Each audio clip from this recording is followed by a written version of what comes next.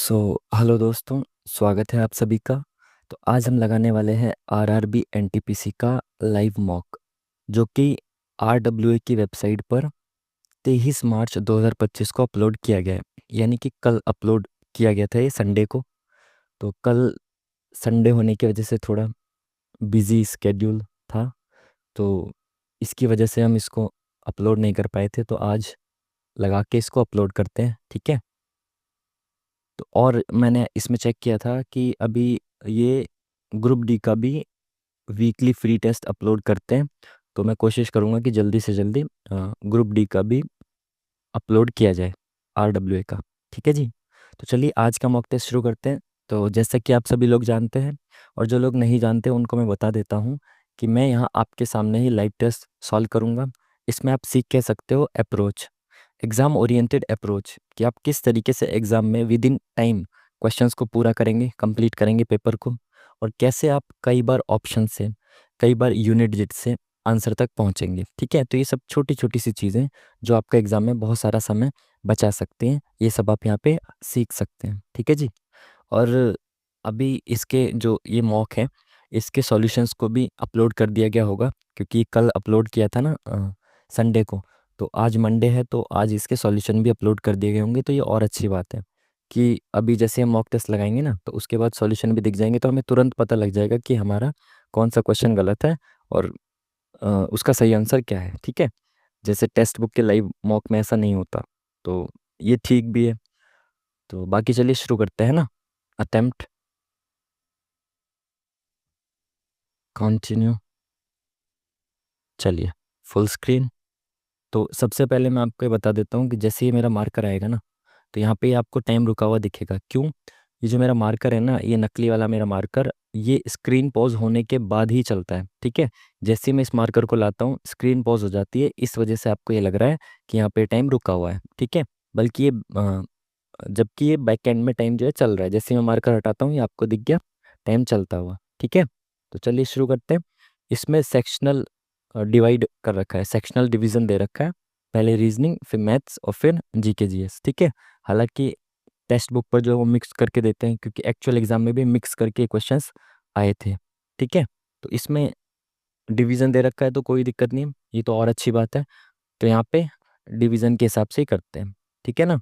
चलिए पहला क्वेश्चन, 18 162 से रिलेटेड है, तो 28 किससे रिलेटेड होगा? देखो, सबसे पहले मेरे को ये दिख रहा है 18 निम्मा 162 होता है, तो इंटू 9 कर रखा है। ठीक है। तो मैं 28 निम्मा करके देखूं, तो 28 इंटू 9, तो नॉट है 72। 18 20 और 2 25, 252 इसमें ऑप्शन में ही नहीं है। तो अब क्या कर सकते हैं इसमें? 18 की गुणा 9 से ही, क्योंकि क्योंकि 9 18 का आधा है। तो 28 में हो सकता है कि 14 का मल्टीप्लाई किया गया हो। तो अब इसमें 14 का मल्टीप्लाई करके ऐसे डायरेक्ट मत करो, आप देखो थोड़ा सा ना हल्की सी स्मार्ट अप्रोच। आप देखो, 14 को मैं ऐसे लिख सकता हूँ, है ना। 28 को मैं ऐसे लिख सकता हूँ, 2 गुणा 14 और इंटू 14, तो यानी कि 14 का स्क्वायर। तो 14 का स्क्वायर होता है 196, और इंटू 2, तो 19 दूनी 38 और 12 392। इस तरीके से आप स्मार्टली मल्टीप्लाई प्लस माइनस भी कर सकते हो। ठीक है। चलिए नेक्स्ट क्वेश्चन क्या बोल रहा है कि किन दो साइन को आपस में बदला जाना चाहिए कि ये इक्वेशन सही हो जाए? तो प्लस माइनस, अब देखो इसमें सबसे इम्पोर्टेंट क्या है, सबसे पहले आपको क्या चेक करना होता है? डिवाइड। डिवाइड की जगह पे जो सॉरी जो डिवाइड का साइन है ना, जहाँ पे, वहाँ पे कम्प्लीटली डिवाइड हो रहा है या नहीं, ये चेक करना होता है सबसे पहले। अब देखो यहाँ पे मैं प्लस और माइनस को अगर इंटरचेंज करता हूँ, तो डिवाइड कहाँ पे मिलेगा? यहाँ पे मिलेगा। तो 7/6 ये कम्प्लीटली डिवाइड हो पाएगा क्या? नहीं। इंटू यहाँ पे 2 भी है, तो अगर यहाँ 2 तिया 6, 3 आ जाएगा नीचे, तो भी 7 जो है वो 3 से कम्प्लीटली डिविजिबल नहीं होगा। ठीक है। तो यहाँ पे जो डिवाइड है ना, ये इसको सेटिस्फाई नहीं करेगा इक्वेशन को, ये कम्प्लीटली नहीं काटेगा। ठीक है। तो मैं इसको तो पुट नहीं करूँगा पहले वाले को। दूसरा क्या कह रहा है? माइनस और डिवाइड, यानी डिवाइड की जगह माइनस और माइनस की जगह डिवाइड। तो अगर मैं माइनस की जगह डिवाइड रख देता हूँ, तो ये पूरा कट जाएगा, बिल्कुल कट जाएगा। 18 जो है वो 2 से पूरा कट जाएगा। तो मैं सेकेंड वाले ऑप्शन को पुट करके देख सकता हूँ। तो मैंने यहाँ पे जैसे ही रखा, ये डिवाइड किया, 9 आया। 9 सत्ते 63, 63 -6 +10 = 67 है क्या? 10 में से 6 गए 4, ये बिल्कुल सही है, तो option number B is the correct answer. ठीक है, चलिए नेक्स्ट क्वेश्चन। विषम अक्षरों को चुनना है, ऑड वन आउट इसमें छांटना है। तो इसमें मैंने आपको बार बार बताया कि आप लास्ट वाले पेयर को देखिए। लास्ट वाले पेयर को आप देखेंगे ना, तो इनके गैप से 90% केसेस में आंसर आ जाता है। नहीं आता तो फिर आप शुरू का गैप देखेंगे और बाकी सब चीज़ें अपोजिट और ये सब चीज़ें बाद में करेंगे हम। ठीक है, तो लास्ट का पहले गैप देखेंगे, तो ये देखो ये 17 है, क्यू 17 होता है, और एक्स कितना होता है, एक्स वाई जेड 24 होता है। तो कितना गैप है, 7 का गैप है। ठीक है, आर 18 होता है और वाई 25 होता है, तो कितना गैप है, 7 का गैप है। एस कितना होता है, 19 होता है, और डब्ल्यू कितना होता है, 23 होता है, तो 4 का गैप है। पी कितना होता है, 16, और डब्ल्यू कितना होता है, 23, तो ये 7 का गैप है। देखो बाकी सब में लास्ट के पेयर में जो है वो 7 का गैप है, लेकिन इसमें 4 का गैप है, तो ये बाकी सबसे अलग हुआ ना, तो ये ऑड वन आउट हो गया। चलिए नेक्स्ट क्वेश्चन।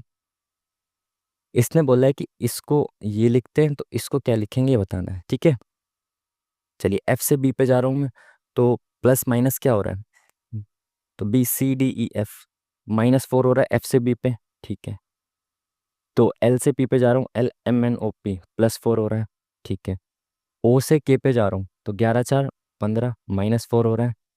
और सी से जी पे जा रहा हूँ, तो 3 और 4 7, +4 हो रहा है। बिल्कुल ठीक है, यही लॉजिक दिख रहा है इसमें। एक बार -4 +4 -4 +4 इस तरीके से चल रहा है।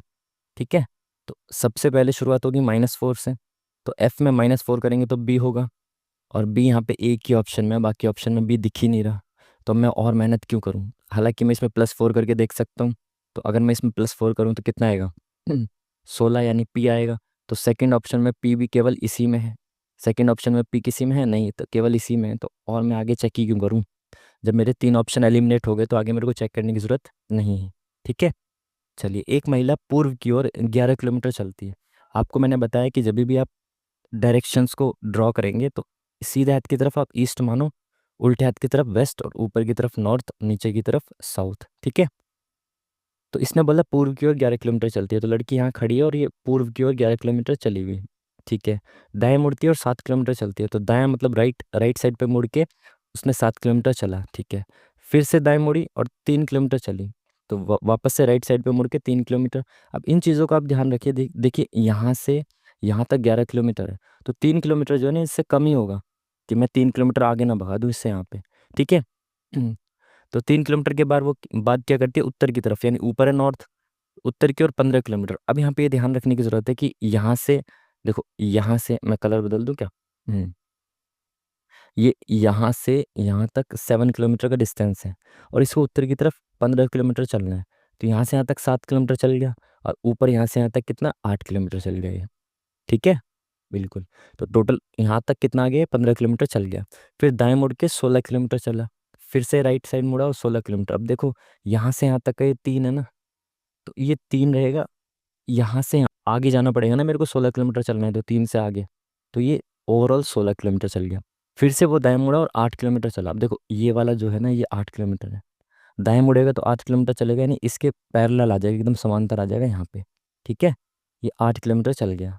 पूछा गया इसने आरंभिक बिंदु से कितनी दूर है, तो यहाँ से इस पॉइंट से यहाँ पे कितनी दूरी है, इनके बीच में ही बताना है। देखो ये तो 3 किलोमीटर की हो गई है ना, और यहाँ से यहाँ तक कितना है टोटल, ये 16 है, यहाँ से यहाँ तक पूरा 16 है। ठीक है, तो ये हो गया 13। एक सेकेंड, एक सेकेंड, ये कितना था, हमने कुछ गलती कर दी क्या, दाएं मुड़ के 8 किलोमीटर चली, आरंभिक बिंदु से कितनी दूरी पर है, ये 3, ये 3 है क्या, दाएं मुड़ के 7 किलोमीटर, सॉरी 11 7, फिर वो दाएं मुड़ती है 3 किलोमीटर, फिर उत्तर की तरफ 16 किलोमीटर, नहीं नहीं 15 किलोमीटर, 8 7 15, ठीक है। फिर दाएं मुड़ के 16 किलोमीटर चलती है, और फिर दाएं मुड़ के 8 किलोमीटर। आरंभिक बिंदु, सॉरी सॉरी, यहाँ से आरंभिक बिंदु यहाँ पे, यहाँ से मेरे को बताना है डिस्टेंस यहाँ तक का। ठीक है, तो देखो यहाँ से और यहाँ तक का, तो ये 11 है। ठीक है, अब यहाँ से यहाँ तक का देखो, अगर मैं ये देखता हूँ ना पैरेलल, तो ये 3 है, ये ओवरऑल 16 है, तो ये वाला 13 हो गया। ठीक है, यहाँ से यहाँ तक 13 है डिस्टेंस, और यहाँ से ये पूरा ये 11 है। ठीक है, तो ये 11 + 13 कितना डिस्टेंस हो गया, 11 और 13 24। ठीक है, मैं इसमें अभी गलती क्या कर रहा था, यहाँ से इसको मान रहा था इनिशियल पॉइंट, जबकि ये क्या है, यहाँ से है। ठीक है, तो option number 1 is the correct answer. इसमें हम क्या करते हैं, देखो ये बी से शुरू हो रहा है और टी पे खत्म हो रहा है, तो मेरे को कहीं टी दिख रहा है क्या, टी टी कहीं नहीं दिख रहा, तो मैं ये नहीं बता सकता कि एंड का पॉइंट कहाँ पे है। बट मेरे को ये दिख रहा है कि बी कहाँ पे, बी देखो यहाँ पे बी है, यहाँ पे भी है। और एक और चीज़ मुझे कॉमन दिख रही है कि बी के बगल में वी है, यहाँ पे भी वी है, तो पहली बात तो यहाँ पे भी वी आएगा। ठीक है, तो वी से शुरुआत होगी, वी सभी में है। फिर वी के बाद एम यहाँ पे मेरे को दिख रहा है, और यहाँ पे भी एम दिख रहा है, वी के बाद यहाँ भी एम दिख रहा है, तो वी के बाद एम आ जाएगा। ठीक है, बिल्कुल ठीक है। तो B V M, B V M, B V M, तो सेकंड लास्ट पे एम आएगा, सेकंड लास्ट पे एम। यहाँ पे सेकंड लास्ट पे एम नहीं है, यहाँ पे सेकंड लास्ट पे एम है, यहाँ पे भी सेकंड लास्ट पे एम है।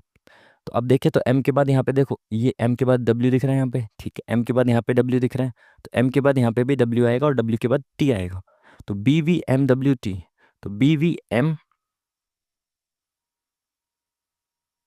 क्यू क्यों आ रहा है यहाँ पे, बी वी एम, अच्छा बी वी एम, एम के बाद क्या है, यहाँ पे डब्ल्यू है, यहाँ पे डब्ल्यू है, B V M W, B V M W Q आएगा। अच्छा अच्छा, ठीक है ठीक है। तो B V M W T, B V M W Q, B V M W Q R S T. अच्छा अच्छा, यहाँ क्यू है, यहाँ आर आएगा, यहाँ एस, यहाँ टी, ऐसे चलेगा। ठीक है, तो यहाँ पे मेरे को पता चल रहा है कि बी वी एम डब्ल्यू है, तो सेकंड लास्ट एम डब्ल्यू यहाँ पे भी है, यहाँ पे भी है, यहाँ पे एम डब्ल्यू नहीं है। ठीक है, और शुरुआत में मेरे को क्या दिख गया, यहाँ पे बी वी एम डब्ल्यू, तो वी और डब्ल्यू शुरुआत में होना चाहिए, है बिल्कुल ठीक है। क्यू आ गया, उसके बाद यहाँ पे बी आएगा, है ना, बी वी एम डब्ल्यू है, तो तीसरे नंबर पे बी आएगा, तो तीसरे नंबर पे यहाँ पे बी है, यहाँ नहीं है, तो option number C is the correct answer. आपको इस तरीके से इन चीज़ों को देखना पड़ेगा। ठीक है, चलिए, तो अब इसमें क्या बताना है भाई, कि ये वाली जो आकृति है, इनमें से किन ऑप्शन में होगी।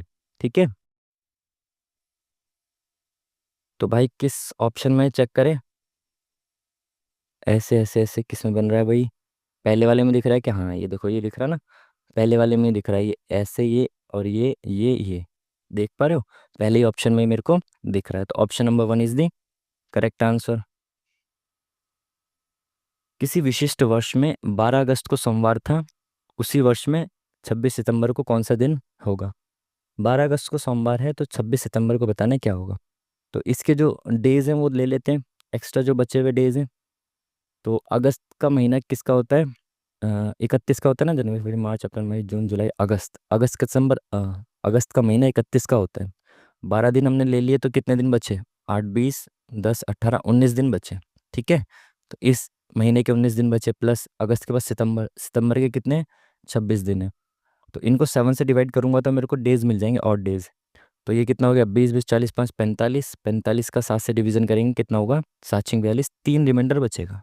तो 3 और डेज, यानी इसमें मेरे को सोमवार में +3 करना पड़ेगा, सोमवार मंगल बुध और गुरु। तो option number D is the correct answer. चलिए, उस विकल्प का चयन कीजिए, मतलब यहाँ पे क्वेश्चन मार्क की जगह पे क्या आएगा ये बताना है आपको।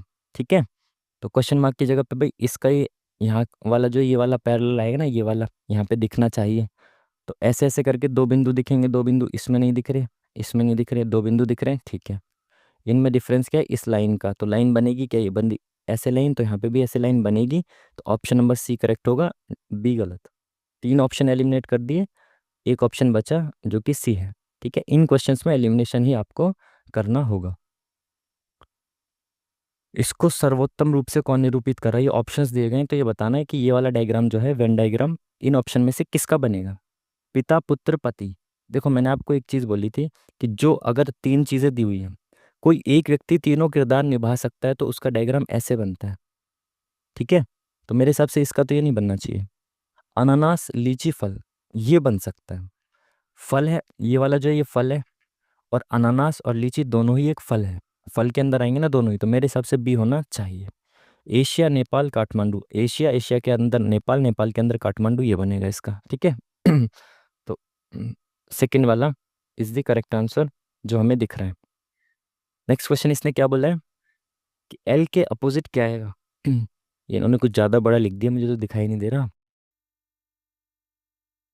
एल, ये शायद एफ है और ये डी है।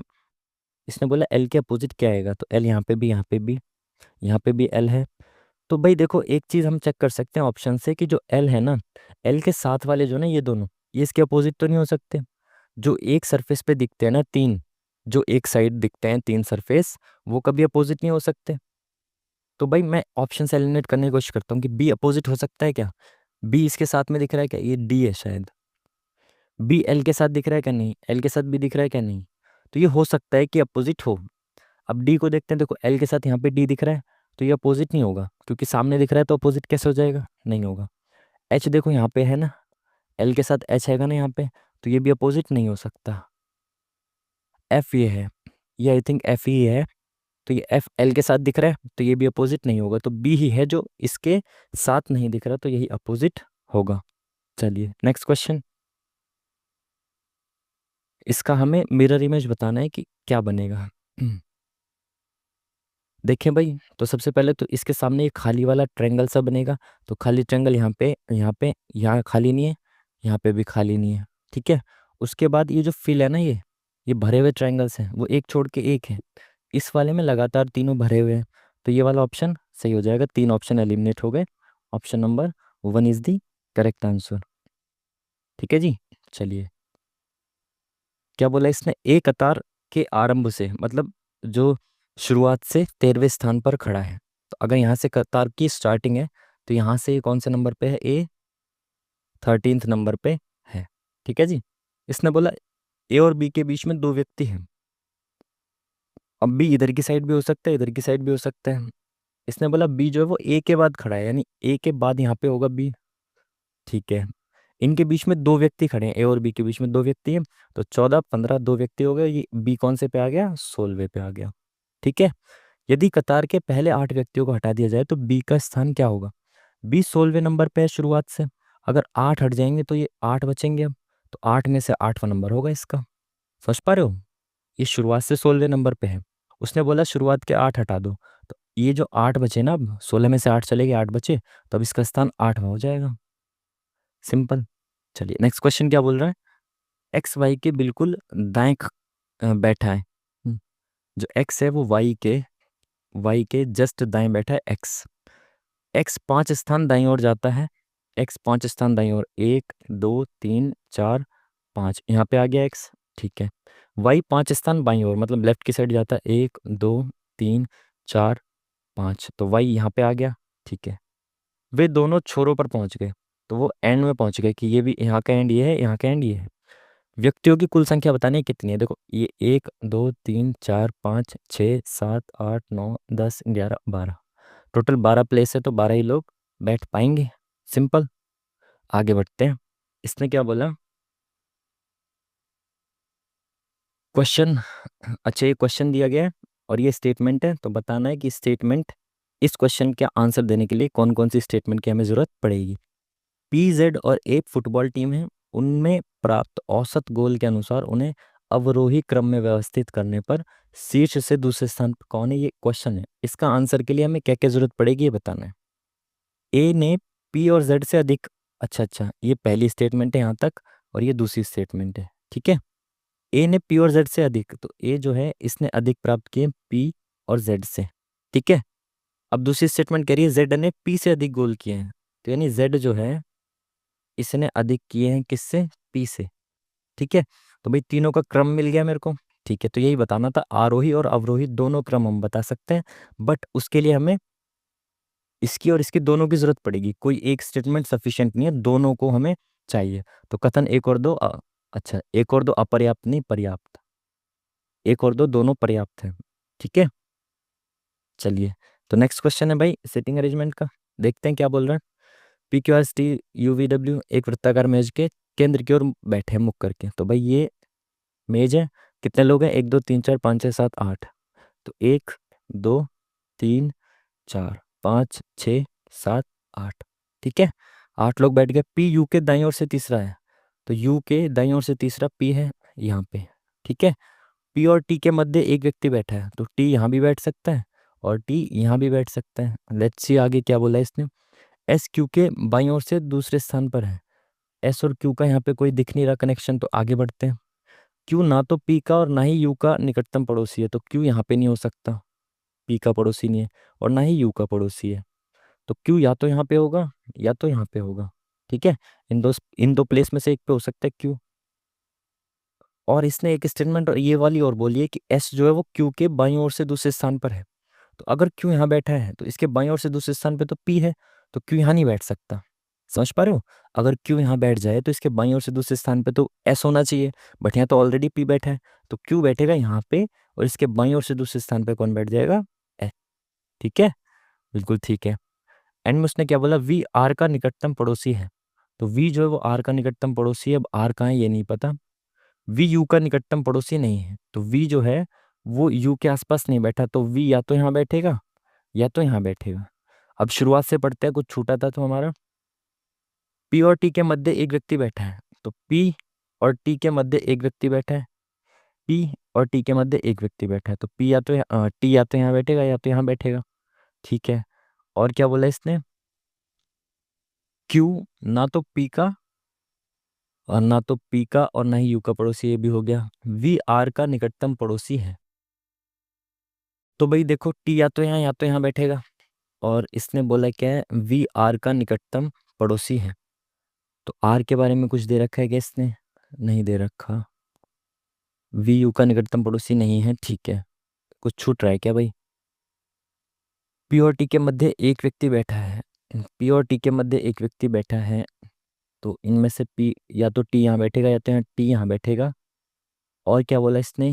क्यू ना तो पी का और ना ही यू का निकटतम पड़ोसी। अच्छा अच्छा, इसने बोला क्यू जो है वो ना तो पी का निकटतम पड़ोसी है और ना ही यू का निकटतम पड़ोसी है, तो हमने लिख ही दिया यहाँ पे। ठीक है, वी आर का निकटतम पड़ोसी है, तो वी जो है वो आर का निकटतम पड़ोसी है। तो वी आर का निकटतम पड़ोसी है, तो भाई वी और आर आपस में यहीं कहीं बैठेंगे, आर और वी ऐसे बैठेंगे ना, क्योंकि यहाँ पे तो बैठ नहीं सकते वी और आर, एक दूसरे के पड़ोसी हैं। तो आगे क्या बोला? वी यू का निकटतम पड़ोसी नहीं है। अच्छा, वी अगर यू का नहीं है तो वी यहाँ पे बैठेगा और आर यहाँ पे बैठेगा। ठीक है, ठीक है, समझ पा रहे हो? वी जो है वो आर का निकटतम पड़ोसी है, तो यानी दो स्थान होने चाहिए अगल बगल के। तो यहाँ पे भी एक स्थान है, यहाँ पे भी एक स्थान है, यहाँ दो स्थान थे। और दूसरी चीज ने ये बोल दी कि वी जो है वो यू का नहीं है, तो यू का निकटतम पड़ोसी नहीं है वी, तो वी इससे आगे बैठेगा यहाँ पे। सिंपल सी बात है, बिल्कुल। और क्या छूट गया था हमारा? पी और टी के मध्य एक व्यक्ति बैठा है, तो पी, अब टी यहाँ बैठ ही नहीं सकता यहाँ पे, तो आर बैठ गया, तो टी बैठेगा यहाँ पे। ठीक है, और इनके बीच में एक व्यक्ति आ गया। पूछा क्या इसने? कौन सा युग्म डब्ल्यू के निकटतम पड़ोसी? तो डब्ल्यू, डब्ल्यू कहाँ है? डब्ल्यू कहीं नहीं बैठा, तो वो यहाँ पे बैठेगा जो जगह खाली छूट गई। तो डब्ल्यू के आसपास कौन है? क्यू और U. Option number C is the correct answer. ज़्यादा समय ले दिया इसमें हमने, आगे बढ़ते हैं जल्दी जल्दी से। इसने क्वेश्चन क्या बोला? अच्छा, कूट भाषा में चाइनीज कोडिंग दी गई है, इसमें बोला है कि लर्न, लर्न के लिए कौन सा कूट शब्द का प्रयोग किया गया है। देखो लर्न को देखो, पहले लर्न लिखा कहाँ पे? यहाँ पे लिखा है, और कहीं लिखा है क्या? और किसी स्टेटमेंट में नहीं है। तो बार बार मैं आपको एक चीज़ बताता हूँ कि इस स्टेटमेंट में लिखा है ये शब्द केवल, तो इसका जो कोड होगा ना, वो कोड भी केवल इसी कोड में होगा ना, बाकी तो कहीं पे नहीं होगा, क्योंकि एक ही जगह पे लिखा है ये शब्द, तो यहाँ पे ही कोड होगा इसका और कहीं नहीं होगा। तो मैं एक बार कोड को मैच कर लेता हूँ कि कौन सा कोड जो केवल इसी में है बाकी किसी में नहीं है। तो एल ओ कहीं है, ये रहा, एल ओ यहाँ पे है। एम ए कहीं पे है, एम ए यहाँ पे है। के यू कहीं पे है, के यू कहीं पे नहीं, केवल इसमें है। तो जो लर्न है, लर्न का कोड के यू होना चाहिए। Option number C is the correct answer. इसने क्या बोला? दिए गए शब्द के अक्षरों का प्रयोग करके बनाया जा सकता है कौन सा शब्द? तो भाई देखो, जिस्ट बनाया जा सकता है क्या? GIST, ये रहा जिस्ट, तो यही बनाया जा सकता है, और क्या देखना है इसमें? और तो कोई बनेगा ही नहीं जब पहले ही दिख गया तो हमें। चलो आगे बढ़ते हैं। यही बोला ना, कौन सा बनाया जा सकता है? बनाया जा सकता है, ठीक है। आकृति में कितने आयत हैं ये गिनना है भाई, गिनो। एक, एक दो, और एक ये बड़ा वाला तीन, चार पाँच छः सात आठ नौ। ठीक है, एक ये वाला 10, एक ये वाला 11, और एक ये पूरा वाला 12। तो 12 ही मेरे को दिख रहे हैं। एक बार और गिन लेते हैं, 1 2 3 4 5 6 7 8 9 10 11 12। तो भाई 12 ही दिख रहे हैं। लेट्स सी, आगे बढ़ते हैं। क्वेश्चन मार्क के स्थान पे क्या आएगा ये बताना है। तो 4 और 3 7, लेकिन ये बहुत आगे बढ़ रहा है तो मल्टीपल का लॉजिक हो सकता है। तो 4 एकम 4 प्लस 3, 7 दूनी 14 प्लस 1, 15 तिया 45, नहीं हो रहा लॉजिक। तो 4 दूनी 8 माइनस 1, 7 दूनी 14 प्लस 1, 15 दूनी 30 प्लस 11, 82 प्लस, नहीं हो रहा, इंटू 2 का लॉजिक भी।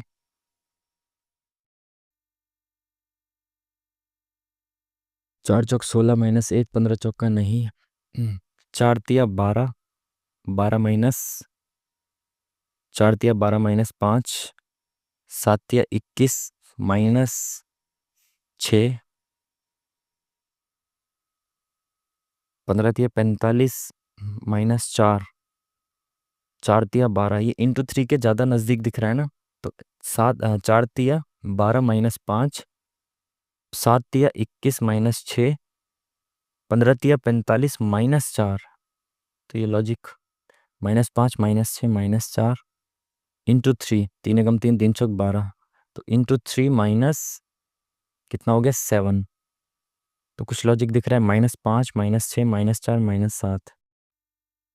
तो ये एक छोड़ के एक पे -5 से -4 हो रहा है, ये माइनस हो रहा है यहाँ पे, ये बढ़ रहा है एक आगे। तो यहाँ पे 5 4, तो आगे वाले में कितना होना चाहिए, -3 होना चाहिए, तो इंटू 3 -3 होना चाहिए आई थिंक। तो ये कितना हो जाएगा, 3 6 18, 18 में से 3 गया 5, तो ये वाला ऑप्शन है जिसमें यूनिट डिजिट 5 है। ठीक है, देखो 348 -3, ऑप्शन नंबर बी ही हमें दिख रहा है। बहुत बेहतरीन क्वेश्चन। इसमें क्या है भाई, सीरीज इन्होंने अच्छी दे दी। 721। तो भाई एक बार इसमें डिफरेंस का देखें क्या लॉजिक, 500 300 200, एक बार डिफरेंस का लॉजिक देखते हैं तो क्या है। 11 में से 5 गया 6, 1 का 1, 7 में से 5 गया 2, शायद क्यूब को माइनस किया हो क्योंकि ये 216 6 की क्यूब है। अब इसमें से इसको घटाएंगे कितना बचेगा, 15 में 7 गया 8, 15 में से 7 गया 8, 9 में से 3 गया 6, 4 में से 3 गया 1, 168 तो किसी का क्यूब नहीं है। आगे देखिए एक बार डिफरेंस, 7 में से 1 गया 6, 3 में से 1 गया 2, 3 में से 2 गया 1, 126। डिफरेंस का डिफरेंस देखें एक बार, तो ये कितना हो जाएगा, 16 में से 8 गया 8, 10 में से 6 गया 4, इसमें 8 में से 6 गया 2, 6 में से 4 गया 2, 6 में से 2 गया 4, तो यहाँ पे 48, यहाँ पे 42, तो यहाँ पे 40 और 38 होना चाहिए ना, सॉरी 6 हटाना चाहिए, -6 होगा तो 36 होना चाहिए, है ना। 6 6 का लॉजिक है ना, डबल सीरीज की भी सीरीज बन रही है। तो इसमें -6 करके माइनस किया गया है। अब इसमें भी -6 करके माइनस करेंगे तो कितना माइनस करना होगा, 126 में से 36 गए 90। तो अगला मेरे को 211 में से 90 माइनस करना होगा। तो 211 में से 90 माइनस करूंगा तो कितना बचेगा, 9 और 2 11, 121, ऑप्शन नंबर बी। काफ़ी अच्छी अच्छी सीरीज इन्होंने दे दी है टाइम टेकिंग से। खैर चलिए आगे बढ़ते हैं। इसमें क्या बोला इसने कि इनके स्टार जो है ना, स्टार के जो स्थान पर कौन कौन से साइन रखने चाहिए। तो अगेन सबसे पहले आप डिवाइड को चेक करोगे, तो डिवाइड तीसरे स्थान पे है, तो तीसरे स्थान पे यहाँ पे अगर मैं डिवाइड रखता हूँ तो ये कंप्लीटली डिविजिबल हो जाएगा क्या, नहीं। तो इस वाले को मैं पुट ही नहीं करूँगा, पहले मेरे को सबसे पहले वो पुट करना है जहाँ पे डिवाइड कंप्लीटली हो जाए रखने पर। तो पहली जगह पे अगर मैं यहाँ पे डिवाइड रखता हूँ, तो ये वाले इसमें फर्स्ट प्लेस पे डिवाइड रखता हूँ, तो ये पूरा हो जाएगा 15/19, नहीं पूरा नहीं कटेगा तो इसको भी नहीं रखूँगा। तीसरे में भाई सेकंड लास्ट पे डिवाइड है, तो सेकंड लास्ट पे यहाँ पे डिवाइड हो जाएगा क्या, 14 से 7, बिल्कुल हो जाएगा। तो तीसरे वाले ऑप्शन को पुट करके देखूंगा, तो 15 + 19 इंटू 3 माइनस 14 डिवाइडेड बाय 7 बराबर 70 होगा क्या ये। तो देखें 19 या 57 और यहाँ पे 2, तो 57 और ये 15 + 57 -2, तो इसमें से 15 में से 2 गए 13, 50 60 70, बिल्कुल सही। तो ऑप्शन नंबर सी ही पुट कर सकते हैं। आपने देखा इस चीज़ से हमने कितना सारा समय बचा लिया, केवल इस चीज़ को देख के कि जहाँ पे डिवाइड कंप्लीटली नहीं हो रहा उस ऑप्शन को ही ना पुट करें, नहीं तो इन दोनों को भी हम रख के देखते तो कितना सारा टाइम चला जाता। देख रहे हो ना आप, इस तरीके से आपको स्मार्टली चीज़ों को देखना है। रोम को ये लिखा जा सकता है उसी कूट भाषा में इसको क्या लिखा जाएगा? तो देखें भाई, RSTUV+4, OPQRS+4, MNOPQ+4, EFGHI+4, सब में +4 हो रहा, तो आर में +4 करेंगे तो क्या आएगा? RSTUV+4 में V आएगा। तो V तो इसमें एक भी ऑप्शन में नहीं दे रखा। अपोजिट का लॉजिक या कुछ और लॉजिक लग रहा है क्या? रोम को ये लिखा जा रहा है तो R से I अपोजिट है, O का अपोजिट Q नहीं है। एक कूट भाषा में रोम को ये लिखा जाता है, उसी कूट भाषा में किस शब्द को ये लिखा जाएगा? अच्छा अच्छा अच्छा भाई, क्वेश्चन को ध्यान से पढ़ें, अच्छे क्वेश्चंस दे रखे हैं आज बहुत। किस शब्द को ये लिखा जाएगा, मतलब कोई एक शब्द है जिसको ये लिखा जाएगा, ठीक है? तो ये जो ये +4 करके आएगा, तो 18 किस में +4 करने पे आएगा? 14 में। तो N से +4 होगा तो R आएगा, बिल्कुल। तो ये वाला ऑप्शन खत्म, ठीक है। M कितना होता है? 13, तो किस में प्लस करने पे 13 आएगा? 4, तो 9 में प्लस करूंगा 4 तब 13 आएगा, तो N के बाद I आना चाहिए। तो ये भी खत्म, ये भी खत्म। Option number C is the correct answer, ठीक है। बहुत बेहतरीन क्वेश्चन। नहीं तो हमें क्या आदत होती है, रोम को ये लिखा गया है, RMGI को क्या लिखा जाएगा, यही हम देखते हैं, ठीक है ना। तो बहुत बेहतरीन क्वेश्चन। इसने क्या बोला? सभी पृष्ठ लाल है, तो ये सारे पृष्ठ जो हैं ये लाल हैं, ठीक है। कुछ पृष्ठ ठोस है, तो इन पृष्ठों का कुछ भाग जो है वो क्या है? ठोस है, ठीक है। अब कंक्लूजन क्या क्या हो सकता है? कुछ ठोस लाल हैं, तो कुछ ठोस लाल हैं, बिल्कुल ये वाले हैं थोड़े से लाल, ये वाला ठीक है। सभी लाल पृष्ठ हैं, सभी लाल पृष्ठ हैं क्या? नहीं है। सभी पृष्ठ तो लाल हैं लेकिन सभी लाल पृष्ठ नहीं है, तो केवल ऑप्शन ए कंक्लूजन ठीक है, केवल ओनली कंक्लूजन 1 फॉलोज, ठीक है। चलिए, क्वेश्चन मार्क की जगह पे क्या आएगा ये बताना है। तो भाई 9 और 2 11 और 5 16 तिया 48 -1, 10 तिया 13 तिया 39 -1 नहीं हो रहा। तो कैसे होगा? 10 निम 90, 9 दूनी 18 और 5 23, 23 दूनी 46 +1, 6 तिया 18, 9 दूनी 18, 9 दूनी 18 और 5 23 दूनी 6 तिया 18 4 22, 22 दूनी 44 नहीं, 9 पंजे 45 और 2 47, 6 चौक 24 और 3 27, ठीक है। फर्स्ट और लास्ट का प्लस बीच वाला, ठीक है। पहले और लास्ट का मल्टीप्लाई और प्लस बीच वाला हो रहा है, पहले लास्ट का मल्टीप्लाई प्लस बीच वाला, तो 8 7 56 और 2 58, option number B is the correct answer, ठीक है जी। चलिए नेक्स्ट क्वेश्चन। दी गई आकृति में कितने कितने कलमे लोहे की हैं परंतु कठोर नहीं है? तो कलमे ये हैं, लोहे ये है, ये कठोर, कठोर से अलग रखना है, तो ये 19 जो है ना, ये इन दोनों में आ रहा है 19, तो केवल 19 होगा आंसर, ठीक है।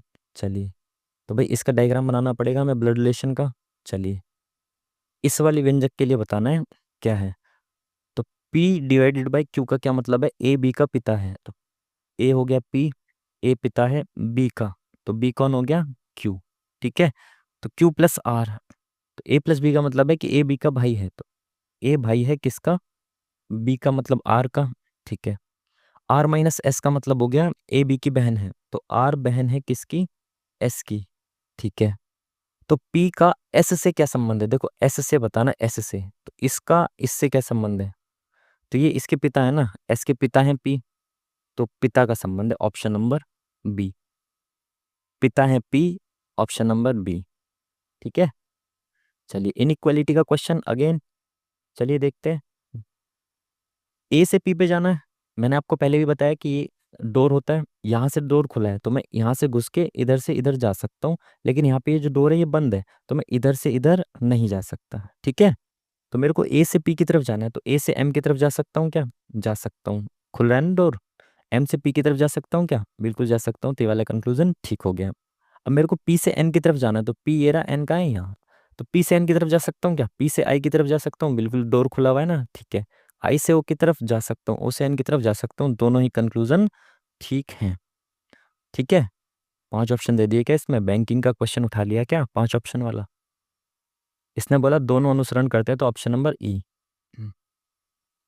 सात मित्र हैं, रविवार से शुरू होकर शनिवार को समाप्त होने वाले एक ही सप्ताह के किसी एक दिन अपनी पसंद की मिठाई नहीं खाने का फैसला किया। प्रत्येक मित्र ने सप्ताह के अलग अलग दिन को चुना है। ठीक है, 7 लोग हैं, अलग अलग दिन अपनी पसंद की मिठाई नहीं खाते, और रविवार से शुरू हो रहा है हफ्ता। ठीक है, तो अब इसमें क्या बोला है इसने, पी ने शनिवार का दिन चुना। तो भाई जो पी है, इसने चुना है कौन, शनिवार का दिन। ठीक है, क्यू ने बुधवार का दिन चुना है, तो क्यू ने बुधवार का दिन चुना है। ठीक है, आर ने कहा कि वह पी से ठीक पहले वाले दिन का चयन करेगा। तो आर पी से ठीक पहले वाला, तो आर जो है ये क्या शनिवार है, शुक्रवार था। पी का क्या था, पी ने शनिवार, तो इसको शनि लिख देते हैं। तो शनि से पहले क्या हो जाएगा, शुक्र। ठीक है, आर ने पी के ठीक पहले वाला दिन चुन लिया। एस ने पी और क्यू द्वारा चुने गए दिनों के बीच की किसी भी दिन उपलब्ध होने को चुना। तो एस जो है वो पी और क्यू के बीच में, तो पी और क्यू के बीच में क्या है भाई, बुध, और शनि के बीच में क्या आएगा, बृहस्पति शुक्र। तो शुक्र तो इसने चुन लिया, तो बुध के बाद बृहस्पति बचा, तो एस ने बृहस्पति चुना होगा।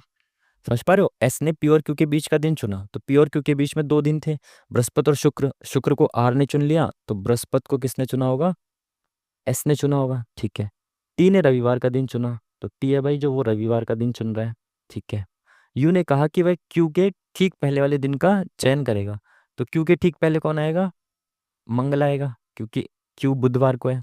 ठीक है, बोला कि इसने वी द्वारा चुने जाने के लिए कौन सा दिन शेष है। तो कौन सा दिन बचा भाई, देखो रविवार, ये रहा, रविवार के बाद सोमवार, तो सोमवार इसमें नहीं है ना, सोमवार ही बचा, मंगल बुध बृहस्पति शुक्र शनि। हाँ, तो सोमवार बचा, तो सोमवार ही शेष दिन बचा। तो option number 1 is the correct answer. ये क्या है भाई, कौन सा क्वेश्चन है, स्टेटमेंट कंक्लूजन। कैक्टस का तना मोटा होता है, इसके लिए कम पानी की आवश्यकता होती है, स्टेटमेंट है। इसके आधार पे कौन से कंक्लूजन हो सकते हैं, मोटे तने वाले सभी पौधों को कम पानी की आवश्यकता होती है, ऐसा नहीं है, और ये शायद पहले भी आया हुआ है। ऐसा नहीं है कि सारे पौधों को जो मोटे तने वाले होते हैं कि कम पानी चाहिए, गलत। कैक्टस उन जगहों पर उगता है जहाँ पानी कम होता है, बिल्कुल सही। इसके आधार पर हम बता सकते हैं इसको, क्योंकि कैक्टस का तना मोटा होता है और वो कम पानी की आवश्यकता होती है उसको। ये स्टेटमेंट में बता दिया, इट मीन्स कि कैक्टस वहीं उगेगा जहाँ पे कम पानी होगा। तो ऑप्शन नंबर बी, केवल कंक्लूजन सेकंड वाला फॉलोज। चलिए, अब आ चुके हैं हम क्वांट पे, मतलब मैथ्स पे आ चुके हैं। चलिए, 3125 की राशि 3 वर्षों में x% की रेट पर इतने रुपए हो जाती है जब वार्षिक रूप से संयोजित किया जाता है समान राशि पर समान समय के लिए x+2% प्रति वर्ष की दर से साधारण ब्याज कितना होगा, ये बताना है। 3 वर्ष में x% की रेट से इतने हो जा रही है, तो ये CI पे हो रही है या SI पे हो रही है। 3 वर्ष में x% की रेट से इतनी हो जा रही है जब वार्षिक रूप से संयोजित किया जाता है, इंग्लिश में बीइंग कंपाउंडेड एनुअली। ठीक है, चक्रवृद्धि रूप से, यानी कि ये CI की रेट से 3 सालों में इतने से इतनी हो रही है। तो भाई पहले मेरे को ये निकालना पड़ेगा रेट क्या है। तो जो सबसे बेस्ट है फिलहाल, तो वो तो होता है भाई रेशियो मेथड। तो 3125 से राशि कितनी हो जा रही है, 3515.20। तो 2 के बाद पॉइंट है, तो मैं 2 पॉइंट हटा के यहाँ पे 2 जीरो बढ़ा देता हूँ दूसरे वाले में। तो 1 0 से ये 1 0 खत्म। अब मैं इसको किससे काट सकता हूँ, 2 से काट सकता हूँ, बिल्कुल। तो एक बार पेन बदल देते हैं। तो 2 एकम 2, 2 पंजे 10, 2 छक 12, 2 दूनी 4, 2 पंजे 10। चलिए, 2 एकम 2, 2 सत्ते 14, 2 पंजे 10, 2 एकम 2, 2 सत्ते 14, 2 पंजे 10, 2 सत्ते 14, 2 छक 12। ठीक है, तो अब मेरे को ये देखना, 3 साल की बात हो रही है ना, तो भाई ये तो 25 का क्यूब है, ये तो 25 का क्यूब होता है ना। आपको पता है नहीं 25 का क्यूब होता है। अब ये किसका क्यूब है, राशि इतने से इतनी हो जा रही है, तो ये किसका क्यूब हो सकता है। इसको डिवाइड करके देखते हैं, एक बार कलर चेंज करते हैं, इसको देखते हैं डिवाइड करके, क्यूब से ही डिवाइड करते हैं किसी।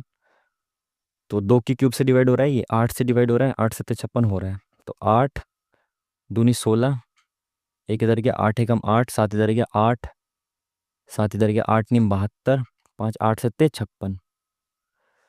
तो ये 2197 होता है भाई 13 का क्यूब।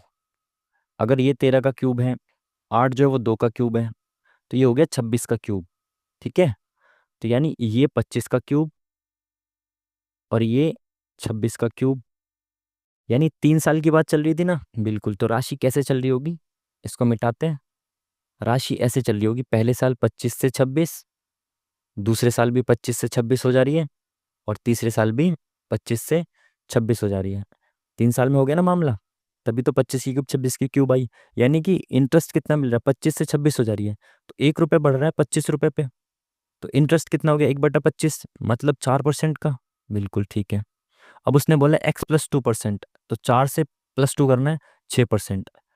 तो 6% की रेट से समान समय के लिए और समान राशि पर, समान समय के लिए 6% की रेट से SI बताना है। तो 3 साल का SI बताना है 6% की रेट से। तो 1 साल में 6% इंटरेस्ट मिलता है SI का, तो 3 साल में 18% मिलेगा। तो 31, 25 पर 18% निकालना है। ठीक है, तो निकाल दो भाई। कैसे निकालोगे, तो इसको डायरेक्ट मल्टीप्लाई कर देता हूँ ना मैं। 18 पंजे 90, 9 18 दूनी 36, और 4 40, और 5 45 का 4। तो 18 का 18 4, 22 का 2, 18 54, और 2 56, 2 के बाद पॉइंट, यानी 562.5। Option number B is the correct answer. चलिए नेक्स्ट क्वेश्चन। पहले ही क्वेश्चन में बहुत टाइम ले दिया, लेंदी लग रहा है मैथ्स का जो है पेपर, मैथ्स के जो क्वेश्चन है वो लेंदी लग रहे हैं। Let's see. एक सर्वेक्षण में पाया गया कि एक निर्वाचन क्षेत्र में 55% मतदाता पुरुष हैं और शेष महिलाएं हैं। तो भाई मेल और फीमेल का रेशियो दे रखा है, 55% मेल है तो 55 मेल है, तो 45 जो है वो फीमेल होंगी। ठीक है। 40% पुरुष मतदाता साक्षर हैं। ठीक है। और इतने प्रतिशत महिला मतदाता निरक्षर है। ये इंपॉर्टेंट है भाई, ध्यान रखना, कभी इसको भी तुम साक्षर पढ़ लो। 40% पुरुष साक्षर हैं, तो अगर मैं इनका 40% निकालूं, 10% 5.5 हो गया, तो 20% 11 हो गया, और 40% 22 हो गया। तो भाई 22 पुरुष जो है वो लिटरेट हैं, साक्षर हैं। ठीक है। पूछा गया कितने टोटल कितने प्रतिशत मतदाता साक्षर हैं, तो 22 तो पुरुष साक्षर हैं, और महिलाओं में 33 से 1/3, यानी 1/3 जो है ना, इनका 1/3 निरक्षर है। 3 में से 1 भाग निरक्षर है, तो 3 में से 2 भाग जो वो साक्षर होगा। बिल्कुल। तो 3 एकम 3, 3 पंजे 15, 30 जो है वो महिलाएं इनकी साक्षर है। 22 पुरुष 30 महिलाएं साक्षर हैं। कुल मिला के कितने लोग साक्षर हो गए, 30 दो 50 और 2 52। टोटल कितने लोग हैं, 100। तो 100 में से 52 साक्षर है, यानी कि 52% इज दी करेक्ट आंसर। ठीक है जी। चलिए नेक्स्ट क्वेश्चन। तेज चलते हैं, जल्दी जल्दी, बहुत सारा टाइम बीत चुका है, आधा समय तो केवल रीजनिंग में बीत चुका है भाई। ए ने एक कार्य को 12 दिन में पूरा कर सकता है, ए 12 दिन में पूरा कर सकता है, बी उसी कार्य को 30 दिन में पूरा कर सकता है। वे बारी बारी से एक एक दिन छोड़कर काम करते हैं। पहले इनकी एफिशिएंसी निकालें। 30 दूनी 60, 12 पंजे 60। ठीक है। तो इनकी एफिशिएंसी हो गई। ए कार्य शुरू करता है, तो ए ने कार्य शुरू किया, एक दिन छोड़ के एक दिन करते हैं ना, एक एक दिन छोड़कर करते हैं। तो पहले ए ने किया, फिर बी करेगा 2, फिर ए, और फिर बी। इस तरीके से 7 7 के स्लॉट बनेंगे। तो 7 का एक स्लॉट है, टोटल काम कितना है 60। तो 7 के कितने स्लॉट बना सकता हूँ मैं, 7 अट्ठे 56, तो 8 स्लॉट बन सकते हैं। एक स्लॉट में 2 दिन है, तो 8 स्लॉट में 16 दिन हो गए। तो 16 दिन में 56 काम पूरा हो गया। बचा काम कितना, 4। तो 16 दिन के बाद अब 17वें दिन कौन काम करेगा, ए काम करेगा। तो ए 5 काम कर सकता है, उसमें से 4 काम उसको करना है। तो 16 से ही 4/5, option number 1 is the correct answer. चलिए अब थोड़ा तेजी से चलते हैं ना, मैथ्स को समझाना होता है, और मैथ्स पे आके हमें तेजी दिखानी पड़ती है, तो अच्छा नहीं लगता। चलिए। इसमें क्या बोला, x+y+z बराबर ये है xy y z+zx। यार इनकी जो आइडेंटिटी है ना वो याद होनी चाहिए आपको। अभी इसको बाद में देखते हैं ना। आइडेंटिटीज मैं भी भूल रहा हूँ बहुत सारी, क्योंकि रिवीजन हो ही नहीं पाता। 3:7 के अनुपात में शराब और पानी के 3 लीटर मिश्रण को इतने के रेशियो में शराब पानी के 4 लीटर मिश्रण के साथ मिलाया जाता है, तो परिणामी मिश्रण शराब और पानी का अनुपात क्रमशः क्या होगा। यार देखो बहुत बेसिक से बता देते हैं, इसको बेसिक से करते हैं ना। 3 लीटर का मिश्रण है, जिसमें अल्कोहल और वाटर का रेशियो क्या है, 3:7। ठीक है। तो रेशियो में देखें तो कुल मिला के कितना 10 आ रहा है। 10 यूनिट की वैल्यू कितनी दे रखी है, 3, तो 1 यूनिट की वैल्यू 0.3 आ गई। ठीक है। तो इसमें अल्कोहल कितना हो गया, 0.9, 3 तिया 9, और जल वाटर कितना हो गया, 7 तिया 21। कलर बदल देते हैं, ठीक है। अब दूसरा जो मिश्रण है 4 लीटर का है, और इसमें अनुपात क्या है, 3:5। रेशियो में टोटल कितना है, 8। लेकिन 8 की एक्चुअल वैल्यू 4 है, तो 1 यूनिट की वैल्यू 4/8, मतलब 1/2, मतलब आधी हो गई। तो इसमें एल्कोहल कितना हो गया, आधा यानी कि 1.5, और जल कितना हो गया, आधा यानी कि 2.5। अब दोनों को मिलाऊंगा, देखो इसमें 0.9 था एल्कोहल, और दूसरे वाले में 1.5 है। इसमें 2.15 पानी था, और इसमें 2.5 पानी है। तो 9×5 = 14, 24, एक के बाद पॉइंट, 46, एक के बाद पॉइंट। दोनों में एक के बाद पॉइंट है, तो पॉइंट को उड़ा दो। यहाँ पे कितना आ गया, 2 एकम 2, 2 दूनी 4, 2 दूनी 4, 2 तिया 6, तो 12:23। Option number B is the correct answer. ये बहुत बेसिक से बताया मैंने, बाकी सब चीज़ें छोड़ के बेसिक से करो। एक कक्षा में 15 छात्र हैं, क्लास टेस्ट नीचे दिए अंक, अच्छा 15 छात्र क्लास टेस्ट में इतने अंक प्राप्त करते हैं, और जहाँ अंकों का संपूर्ण योग 50 है, मतलब 50 में से इतने इतने अंक प्राप्त करते हैं, तो माध्य का मीडियन बताना है। तो मीडियन आपको पता है, पहले इन सबको आरोही या अवरोही, असेंडिंग या डिसेंडिंग ऑर्डर में लगा के उसके बीच वाला जो है उसको आपको बताना है। अब देखो 15 लोग हैं, तो भाई 7 इधर हो जाएंगे, 7 इधर हो जाएंगे, बीच में कौन आएगा, 8वां। तो मुझे केवल इसमें ये देखना है कि 8वें नंबर पे कौन आएगा, वही मीडियन हो जाएगा। तो मैं सबको क्यों लगाऊं, मैं केवल 8 को लगा लूँ ना, तो आंसर आ जाएगा। तो मैं अब यहाँ पे शुरुआत करता हूँ लगाने की। तो सबसे छोटा इसमें कौन दिख रहा है, सबसे छोटा 18 दिख रहा है, 18। तो 18 सबसे छोटा है। 18 के बाद क्या आएगा, 19। 19 है क्या इसमें, 19। तो 18 का और रिपीटेशन तो नहीं है कहीं, नहीं। 19 का है क्या, कहीं नहीं। 19 के बाद क्या आएगा, 20। 20 है क्या, ये रहा। 19 देख लिया, 20 देख लिया, 18 देख लिया, 20 आ गया। 20 और कहीं दिख रहा है क्या, 20 और कहीं नहीं है। 20 के बाद 21 है क्या, 21 ये रहा। और कहीं है क्या, 21 नहीं। 21 के बाद 22 है क्या, 22 22 22 22 22 नहीं है। 23 है क्या, 23 23 23 23 23 नहीं है। 24 है क्या, 24 ये रहा। 24 टोटल कितने हो गए, 1 2 3 4 5, 8वें नंबर का चाहिए हमें। 24 के बाद 25 है क्या, 25 है क्या, 25 25 25 नहीं। 25 के बाद 26 है क्या, 26 26 26 ये रहा। तो 24 के बाद 26 आ गया। 26 के बाद 27 है क्या, 27 27 ये रहा। तो 27 आ गया। पूछा गया इसने 1 2 3 4 5 6 7 8वें नंबर पे। तो 27 के बाद 28 है क्या, 28 28 ही रहा। तो 8वें नंबर पे भाई 28 आएगा, तो आगे मेरे को आगे अरेंज करने की जरूरत ही नहीं है। ठीक है ना, मीडियन होता है भाई बीच वाला। तो 7 इधर आएंगे, 7 इधर आएंगे, तो बीच में 8वां आएगा ना। तो मैंने 8वां ही निकाल दिया, वही मीडियन हो गया। तो option number A is the correct answer. चलिए नेक्स्ट क्वेश्चन। व्यापारी ए 25% की एकल छूट देता है, और व्यापारी बी समान वस्तु पर ये 2 क्रमिक छूट देता है। ए द्वारा दी गई छूट बी द्वारा दी गई छूट से 320 रुपये अधिक है। तो वस्तु का अंकित मूल्य बताना है। भाई इसने 25% की सिंगल छूट दी, इसने 2 छूट दी, इसका एकल छूट निकाल लो। सिंगल क्या होता है, आपको पता है ना, सक्सेसिव डिस्काउंट 2 होते हैं, उसको एकल में बदलते हैं। तो क्या करते हैं, x+y माइनस XY अपॉन में 100। x+y 25 माइनस x×y, तो 20×5 = 100, 100/100 हो गया 1, तो 24। एक ने 25% का डिस्काउंट दिया, एक ने 24% का डिस्काउंट दिया, तो दोनों के बीच का अंतर कितना हो गया, 1%। वही दे रखा है, दोनों के बीच का अंतर 320। तो 1% की वैल्यू 320, तो 100% की वैल्यू 2 जीरो लगा के 32,000। Option number 1 is the correct answer. चलिए, ए बी केंद्र ओ वाले वृत्त पर 2 बिंदु हैं, तो भाई केंद्र ओ वाला वृत्त बना देते हैं। ये ओ है, इस पे 2 बिंदु ए बी हैं। ए और बी वृत्त, ए और बी के बीच वृत्त के लघु चाप पर स्थित एक बिंदु सी है। ए और बी पर वृत्त की स्पर्श रेखा एक बिंदु डी पर मिलती है। अच्छा, ए और बी पर वृत्त की स्पर्श रेखा है, तो ए और यहाँ पे बी, इसकी स्पर्श रेखा बना दो 1 और ये 2। ठीक है, ये स्पर्श रेखा है, ये अंदर नहीं है, बाहर ही है। ठीक है, तो ये डी पर मिल रही है। ठीक है, तो इसने क्या बोला, A D B, A D B. और भी कुछ बोला था कि इसने सी जो है ए और बी के बीच, ए और बी के बीच वृत्त के लघु चाप पर एक बिंदु है। तो ए और बी के बीच चाप यानी इस पे एक बिंदु कौन है, सी। ठीक है, तो इसको इसको मिला देते हैं भाई, मिला दिया। बोला क्या, ए डी बी, तो ए डी बी ये एंगल कितना है, 25। ठीक है, angle A C B, A C B यानी ये और ये एंगल क्या है, ये बताना है आपको। ठीक है, देखो पहली बात तो ये वाला एंगल 90 का होता है, ये वाला एंगल 90 का होता है। 9 दूनी 18 और ये 25 का दे रखा है, तो 205। चारों का योग कितना होता है, चारों एंगल का योग 360 होता है, तो 205 दे रखा है। तो ये वाला जो एंगल बचा ना, ये वाला, इसका योग कितना हो गया? 155। अबे यार, ये हट क्यों गया? ये लो भाई, दोबारा बना अबे यार, ये टाइम वैसे ही कम है। और ये था, ये बीच में केंद्र था एक, यहाँ पे कोई सी बिंदु था, ये ए और बी है, यहाँ डी था, और ये ऐसे, ऐसे। ठीक है। तो ये 90 डिग्री, ये कितना दे रखा है? 25 डिग्री।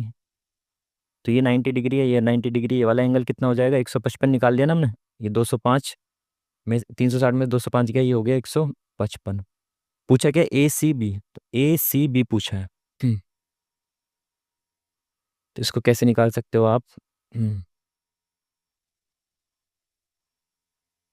ए सी बी पूछा है।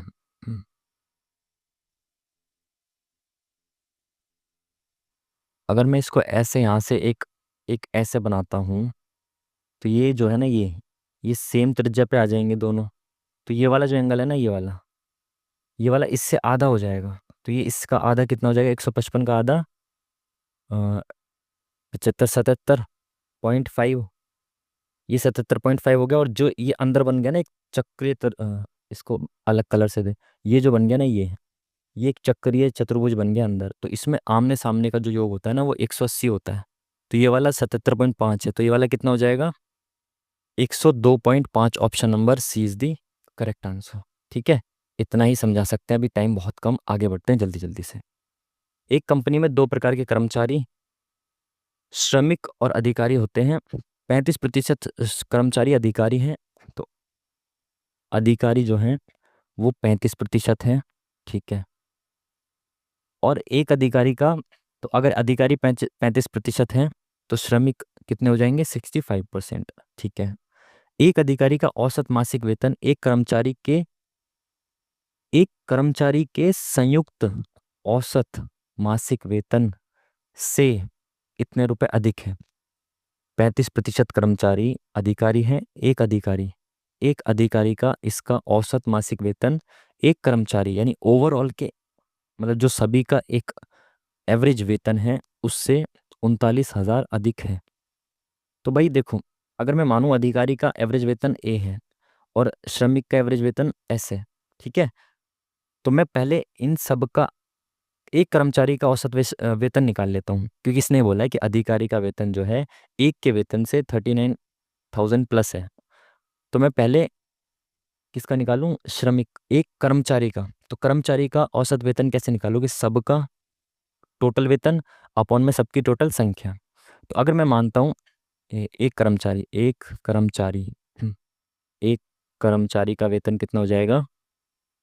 एक कर्मचारी का वेतन हो गया 35 × ए, ये सबका टोटल वेतन हो गया, प्लस श्रमिकों का वेतन हो गया 65s, अपॉन में इनकी टोटल संख्या कितनी है? 100। ठीक है। तो ये हो गया सभी कर्मचारियों, एक कर्मचारी का औसत वेतन। ठीक है। सभी का टोटल वेतन अपॉन में सभी की संख्या, ये आ गया एक कर्मचारी का औसत वेतन। इसने बोला कि जो एक अधिकारी का औसत वेतन है, जो मैंने ए माना है, एक अधिकारी का औसत वेतन बराबर है एक कर्मचारी से कितना ज्यादा? 39,000 ज्यादा। ठीक है। बिल्कुल ठीक है। तो भाई ये क्या हो जाएगा? अगर मैं ऐसे ऐसे मल्टीप्लाई कर दूं, तो कितना हो जाएगा? ये इधर चला जाएगा, 65s हो गया। कलर बदल के इसको सॉल्व करते हैं जल्दी जल्दी से। ये एक का एवरेज आ गया। ठीक है। तो अधिकारी का वेतन, एक अधिकारी का औसत वेतन एक कर्मचारी के संयुक्त मासिक वेतन से इतना अधिक है। ठीक है। ये कितना हो जाएगा? 39, ये इतना हो जाएगा, इतना हो जाएगा, अपॉन में 100 आ जाएगा, तो वो इधर चला जाएगा। ठीक है। मैंने क्रॉस मल्टीप्लाई कर दिया, तो 100 ए बराबर ये आ गया। ठीक है। तो ये इधर आ जाएगा, तो ये 65 ए हो जाएगा। तो 65 ए बराबर आ गया इतना। ठीक है। तो ए की वैल्यू क्या हो जाएगी, ये बतानी है। तो अपॉन में 65 कर दें क्या? बिल्कुल कर देते हैं। तो ये आ गया 39, 1 2 3 4 5, 39 39,00,000 655, 39,655 अपॉन में 65, 39,655 अपॉन में 65। ठीक है यार, कुछ गलती हो रही है क्या इसमें?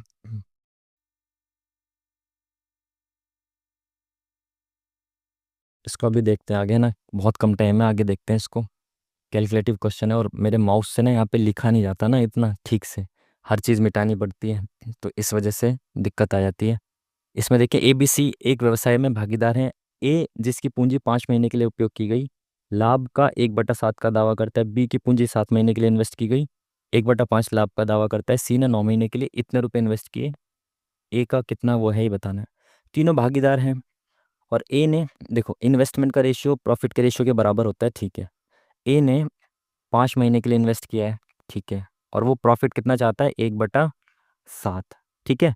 तो बी ने 7 महीने के लिए, तो बी ने 7 महीने के लिए इन्वेस्ट किया, तो उसका प्रॉफिट कितना है, 1/5।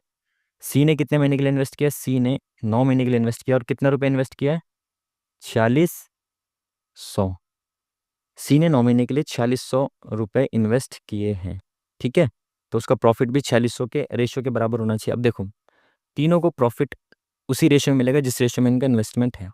तो अगर मैं इनका ये वाला इक्वल कर दूं बेस, ठीक है, तो मेरे को सी का प्रॉफिट पता चल जाएगा। तो ×5 × 7, तो ये कितना हो गया, 5/7, नीचे कितना है, 35।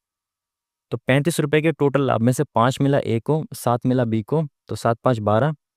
तो बचा कितना, तो 3 और 1 2, 23 रुपए का लाभ मिलेगा किसको, सी को, ठीक है, बिल्कुल ठीक है। सी ने इन्वेस्ट कितना किया है, 9 महीने के लिए 4600। तो सी का इन्वेस्टमेंट है 9 × 46। एक बार इसका कलर बदल देते हैं, ब्लू। सी ने 9 महीने के लिए इन्वेस्ट किया है 4600 रुपया, ठीक है। और प्रॉफिट कितना मिल रहा है, प्रॉफिट किसके बराबर है उसका, 23 रेशियो के, तो एक रेशियो की वैल्यू आ जाएगी, बिल्कुल।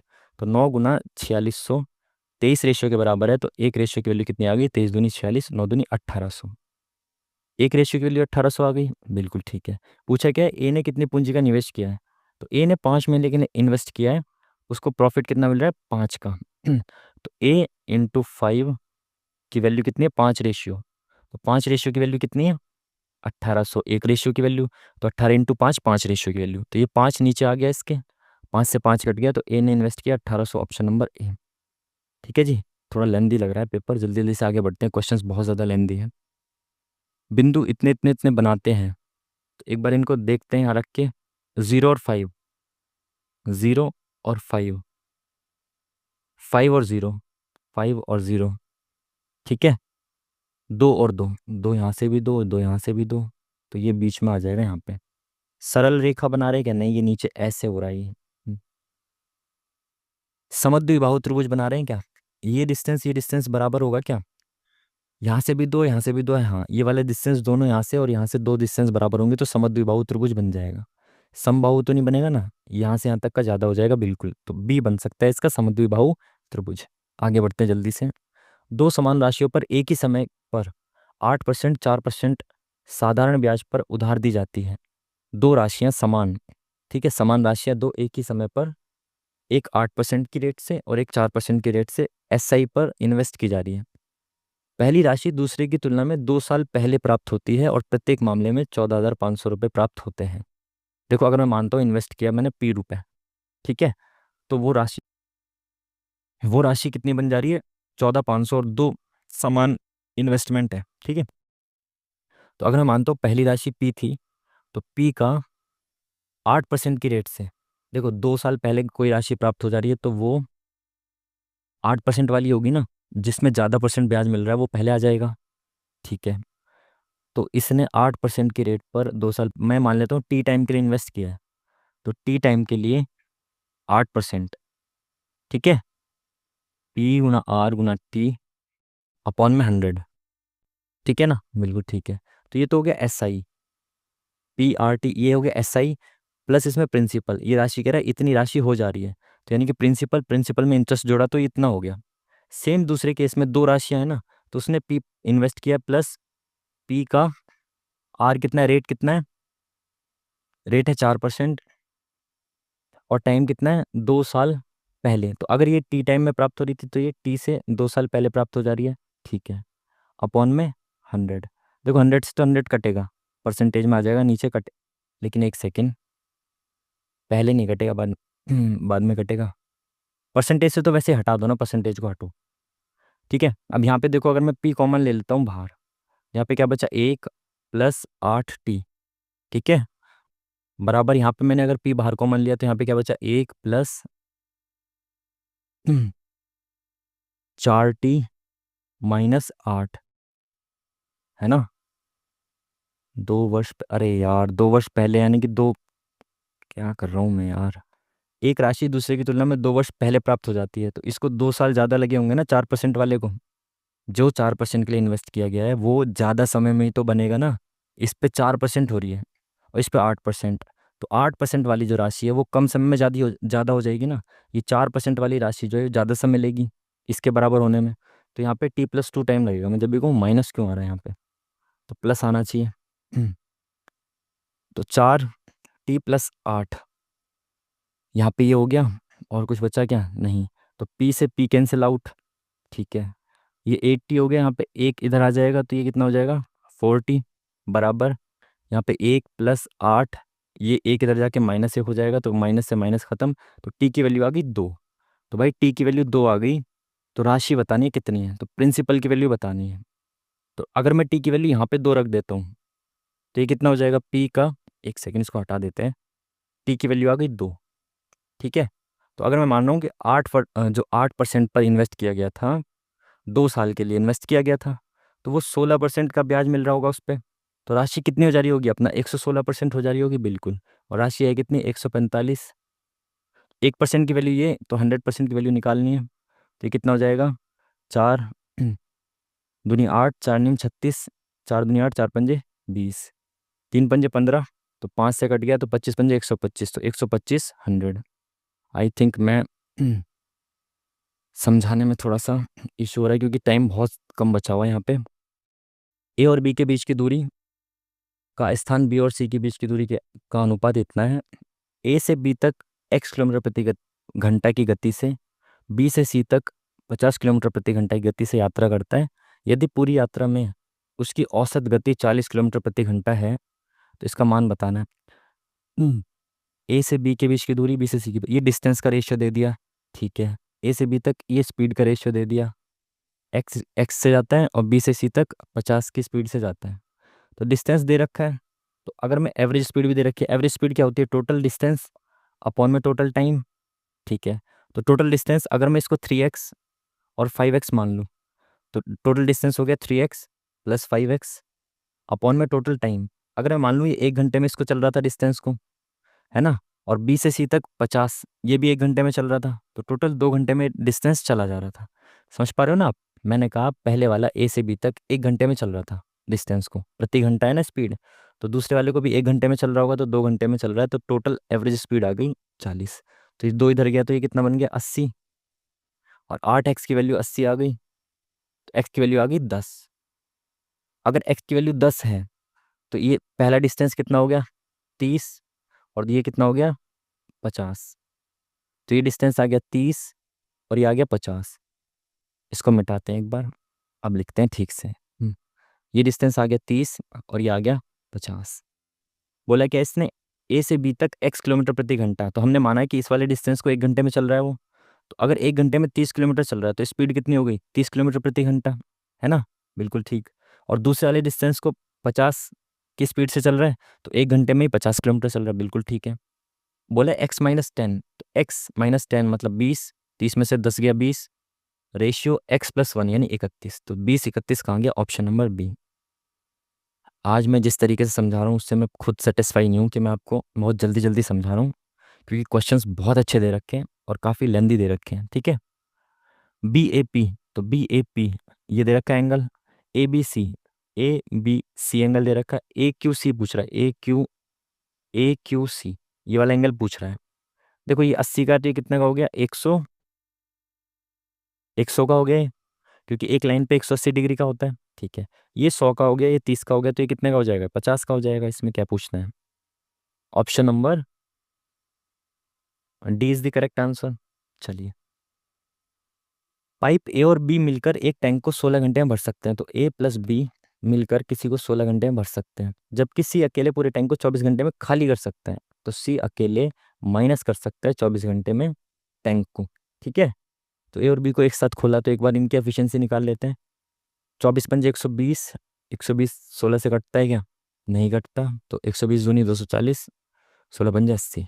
ठीक है, 240 ये -10 करता है, और ये 16 कम 16, 16 पंजे 80 +10 करते हैं दोनों मिलके। ए और बी को 10 एक साथ 10 घंटे के लिए खोल दिया गया। तो ए और बी मिलकर 10 घंटे के लिए खुले हैं भाई। तो 1 घंटे में 15 भर देते हैं, तो 10 घंटे में कितना भर देंगे? 150 भर देंगे। ठीक है, और फिर बंद कर दिया गया। फिर पाइप सी को खोला गया, तो पाइप सी 1 घंटे में 10 खाली करता है। तो सी अब कितने समय पूरा खाली कर देगा? भाई 1 घंटे में 10 खाली करता है, भरा हुआ है क्या है? 150। तो 15 घंटे में पूरा खाली कर देगा ये। Option number D is the correct answer. चलिए, मंजीत ने 22,000 रुपये में एक सेकेंड हैंड मोटरसाइकिल खरीदी और इसके ओवरहॉलिंग और रख रखाव पर 3,000 रुपये खर्च किए। फिर उसने इसे 12% के लाभ पर बेच दिया। यदि उसने इसे 500 रुपये कम पर बेचा होता तो उसका लाभ प्रतिशत क्या होता? देखो, 22,000 रुपये की थी, 3,000 रुपये उसके रख रखाव में, यानी कि टोटल उसको कॉस्ट पड़ी 25,000 की। ठीक है, इसने 12% के लाभ पर बेचा, तो इसका 12% कितना हो गया? 0, 25 दूनी 50, 25 में 25 और 30। ठीक है, तो 3,000 रुपये हो गया इसका 12% की वैल्यू। तो 3,000 रुपये अगर 12% के बराबर हैं, पूछ क्या रहा है? 500 रुपये कम में बेचता, तो 500 रुपये कितने के बराबर होंगे ये मेरे को देखना है। देखो, 3,000 रुपये जो हैं 12% के बराबर है, तो 1 रुपये इतने परसेंट के बराबर हुआ। ये 1 रुपया इधर ले गया मैं, इंटू कितने रुपए निकालने होंगे? 500 रुपये। तो 2 0 से 2 0, 1 5 5 30, 6 दूनी 12। तो 500 रुपये जो है वो 2% के बराबर है। तो अगर 500 रुपये कम में बिकता तो 2% कम प्रॉफिट होता, तो यानी कि फिर क्या होता? 10% का प्रॉफिट होता। ठीक है ना। चलिए नेक्स्ट क्वेश्चन। 9 अंकों की संख्या ये 88 से पूर्णतः विभाजित है, तो क्यू के सबसे बड़े मान के लिए यहाँ पे क्यू का सबसे बड़ा मान होना चाहिए, तो इसका मान बताना है। क्यू का सबसे बड़ा मान, देखो 88 से विभाजित है तो 11 और 8 दोनों से विभाजित होगी। और 8 का डिविजिबिलिटी रूल क्या कहता है? एंड के 3 जो है ना वो 8 से विभाजित होने चाहिए। तो क्यू का सबसे बड़ा मान मैं 9 रख सकता हूँ। अब 9 रख के देखता हूँ कि क्या कटेगा या नहीं कटेगा। तो 8 एकम 8, 8 एकम 8, 4 देगा 8 से 48, तो क्यू का 9 बिल्कुल सेटिस्फाई कर रहा है। क्यू को मैं 9 रख सकता हूँ सबसे बड़ा, बिल्कुल। अब मेरे को ये देखना है कि पी को मैं क्या रख सकता हूँ। तो पहले 11 से डिविजिबिलिटी चेक करूंगा मैं। तो उसके लिए एक छोड़ के एक को प्लस करना है, तो 8, यहाँ पे 9 आ गया, 9 8 9 17, 17 और 6 23, 23 और 5 28, 23 5 35। ठीक है, एक छोड़ के एक का गैप 35 आ गया। अब यहाँ से देखता हूँ, 4 और 2 6, 6 9 15, 15 और प्लस पी, 15 प्लस पी। इनका जो डिफरेंस या तो वो 0 हो या फिर 11 का मल्टीपल हो। तो पी की वैल्यू में क्या रख सकता हूँ? 0 तो नहीं बन सकता, क्योंकि 0 के लिए इसमें पी की वैल्यू 20 रखनी पड़ेगी, और पी केवल एक अंक की संख्या है। तो इसका डिफरेंस 11 का मल्टीपल हो तो पी की वैल्यू में 9 रख सकता हूँ क्या? 20 और 24, बिल्कुल। 5 में 4 गया 1 1। तो पी की वैल्यू में 9 रख सकता हूँ, और क्यू की भी 9 रख सकता हूँ, जब जाके ये 88 से विभाजित होगा। तो पी की वैल्यू 81, 9 का स्क्वायर 81 -9, तो ये कितना हो गया? 9 8 72। Option number A is the correct answer. चलिए next question. Sec theta plus tan square, tan theta, sec theta plus tan theta का स्क्वायर, इसको बाद में देखते हैं अभी, है ना। ट्रिगो के क्वेश्चंस बाद में देखेंगे। ए बी और सी विद्यार्थियों की लड़कियां, ए बी ए बी और सी विद्यार्थियों की लड़कियों और सभी विद्यालय, ये विद्यालय लिखा होगा आई थिंक। ए बी और सी विद्यालयों की लड़कियों और सभी विद्यालयों के लड़कों के बीच का अनुपात बताना है। ए बी और सी की लड़कियां, तो ए बी और सी की लड़कियां, भाई ए बी लड़कियां रेड वाली हैं, तो ए बी और सी की लड़कियां कितनी होगी? 500 550, ये कितना हो गया? 600, 6 5 11, 12 और 5 17। तो लड़कियां होंगी 1700। ठीक है, और सब सारे विद्यालयों के लड़के, तो सारे विद्यालयों के लड़के देखेंगे तो भाई कितने हो जाएंगे? 6 4 10, 8 18, 18, 20 5 25, 30 और 3 33, 3300। तो ये हो गया 17:33। Option number 17:33 is the correct answer. चलिए, मार्च के महीने में दिलीप ने प्रतिदिन औसतन 501 की कमाई की। पहले 18 दिनों में उसकी औसत कमाई इतनी थी। पिछले 15 दिनों पिछले 15 दिनों में उसकी औसत कमाई इतनी थी। 18 मार्च को उसने 17 मार्च की कमाई से 50 रुपये अधिक कमाया। 18 मार्च को उसने कितना कमाया? पहले 18 दिन की औसत कमाई इतनी थी। पिछले 15 दिनों में क्या कहना चाह रहा है ये? पहले 18 दिन और आखिरी 15 दिन तो नहीं कहना चाह रहा क्या? लास्ट 15 डेज अच्छा। देखो, मार्च में 31 दिन होते हैं टोटल। ठीक है। पहले 18 दिन में उसकी एवरेज कमाई कितनी है? 495 रुपये। और टोटल ओवरऑल उसकी कमाई कितनी थी? 501। तो 18 दिन की कमाई उसकी कितनी है? 495। तो कितना कम कमा रहा है एवरेज से ये 6 रुपये कम कमा रहा है। तो यहाँ पे डिफरेंस कितना आएगा? 18 का 108 का। ठीक है। लास्ट के 15 दिन कितना कमा रहा है ये? 505। कितना एवरेज से ज़्यादा कमा रहा है? +4। तो 60 का ज़्यादा आएगा इसमें मामला। ठीक है। तो 8 में से 0 गया 8 4, तो यहाँ पे -48 हो रहा है। अब मैं ये देखता हूँ कि 18 यहाँ पे है, 15 यहाँ पे है, तो टोटल कितने दिन हो गए? 33 दिन हो गए। मैं ये मानता हूँ कि अगर 31 दिन का 501 है एवरेज, तो सभी दिनों का 501 होगा एवरेज। बिल्कुल सही। यहाँ पे शुरू के 18 दिन और एंड के 15 दिन लिए जा रहे हैं, 2 दिन एक्स्ट्रा लिए जा रहे हैं। तो वो 2 दिन एक्स्ट्रा कौन से लिए जाएंगे? लास्ट के 15 दिन है, तो एक तो होगा 31 दिन होते हैं ना, तो एक होगा इसमें 17वां दिन और एक होगा 18वां दिन। 17 और 18 को हम 2 बार काउंट कर रहे हैं इसमें। ठीक है ना। अगर मैं शुरू के 18 ले जाऊँ, यहाँ पे 15 ले जाऊँ, तो यहाँ पे देखो मैं आपको दिखाता हूँ, यहाँ से 31 है, 31 से 15 तक यहाँ पे कौन सा होगा? एंड के 15 दिनों में 15 30 यहाँ पे होगा हमारा 15 15 दूनी 30 और एक 31। तो यहाँ पे बचेंगे भाई 16 दिन टोटल। 15 31 यहाँ पे 16 बचेंगे। और ये 18 दिन का ले रहा है शुरुआत के। ठीक है। ये शुरुआत के यानी 18 दिन आगे तक जा रहा है। तो यहाँ पे 16 बचे, तो ये 17वां और ये 18वां। तो 17वें और 18वें दिन को इंक्लूड किया यहाँ पे 2 बार। अगर मैं सबका 501 मानता हूँ एवरेज, और फिर सीधी सी बात ये, 18 और 17 मार्च का दे तो रखा है इसने, यानी कि 17 और 18 को ही 2 बार काउंट किया होगा। अगर इनका एवरेज 501 होता तो मामला ठीक रहता। बट इसने ये कहा है कि ये जो मिक्स करके दे रहे हैं ना, इसमें -48 का वो है, डिफरेंस है। तो आपको पता होगा जब आप इस तरीके से करते हो पहले भी क्वेश्चन, तो एक ज़्यादा होता है, तो यहाँ पे जो होता है ना माइनस हो रहा है ना, तो इसमें जाके माइनस कर दो 48 को। ठीक है। अगर इन दोनों का सम कितना होना चाहिए था? 1002 होना चाहिए था। बट है कितना? माइनस का 48 करना पड़ेगा इसमें से। ठीक है। तो -48 करेंगे तो कितना हो जाएगा? 4, 12 में से 8 गया 4, 9 में से 4 गया 5, 9। तो इन दोनों का सम हो जाएगा 954। ऐसा क्यों होगा? हमने माना कि अगर ये भी 501 होते और ये सब भी 501 होते तो कोई दिक्कत नहीं होती। बट ये जो है ना 501 से, अगर 501 एवरेज मानते हैं तो इनका सम जो है वो 48 कम है। ठीक है ना। तो वो जो 48 कम है, इसमें से भी कम होगा वो। किस में से? इन दोनों में से कम होगा ना टोटल। यार मैं कैसे समझाऊँ, आगे बढ़ते हैं थोड़ा सा। ठीक है, टाइम का भी इशू है। तो 48 कम कर दिया, इसमें से क्या हो गया? हाँ, इन दोनों का सम कितना आ गया? 954। 954 आ गया इन दोनों का सम। तो 18 मार्च को 954 यहाँ लिख लेता हूँ। 18 मार्च को 17 मार्च की कमाई से 50 रुपये अधिक कमाया। तो 17 मार्च को अगर एक्स कमाता है, तो 18 मार्च को कितना कमाएगा? x + 50। और इन दोनों का मिला के कितना है? 954। तो 2x की वैल्यू कितनी हो गई? 904। और x की वैल्यू कितनी हो गई? 9 एक अपॉन में 2। तो 2 चौक 8, 2 पंजे 10, 2 दूनी 4। एक्स की वैल्यू आ गई 452। पूछा गया 18 मार्च। तो 18 मार्च को इससे ज़्यादा कमा रहा है 50 रुपये, तो 502 option number A is the correct answer. ठीक है। ये मैं ऑलरेडी पीछे काफ़ी, अरे यार देखो कितने लेंदी लेंदी सवाल बोल रखे हैं, दे रखे हैं इसने यार। टाइम बहुत कम बचा हुआ, जल्दी जल्दी से करते हैं ना। 45 डिवाइडेड बाय 3 इंटू ये, तो 3 15। ये इसको 3 से डिवाइड कर दें, तो 3 एकम 3, 3 पंजे 15, ये 3 पंजे 15, ये 10 बचा यहाँ पे। 10 + 10 बचा ना यहाँ पे।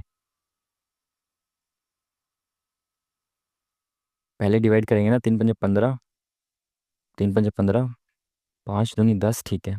3 एकम 3 और एक 4, 4/3 इंटू 48, 51/। 8। तो ये 4 दूनी 8, 2 3 एकम 3 सत्ते 21। तो ये कितना बचा? 17/2 माइनस 32 और 1 33/8। ठीक है। ठीक है। तो यहाँ पे क्या हो जाएगा भाई? ठीक है ना यहाँ तक? तो ठीक है, 10 दूनी 20 प्लस 17 अपॉन में 2 माइनस 33/8। ठीक है। तो कितना हो गया? 30 और 7 37/2 माइनस 33/8। तो भाई ये कितना हो जाएगा?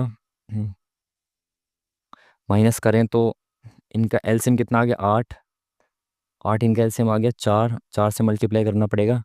तो 4 सत्ते 28, 2 4 दिया 12 और 1, 12 और 2 14 माइनस 33। तो इसमें से 33 घटाएंगे तो कितना आ जाएगा? 5, 4 में से 1 1 115/8। तो 115/8 आ गया ऊपर वाले का। 115/8। ठीक है, नीचे का देखते हैं इनका। ये क्या आता है भाई?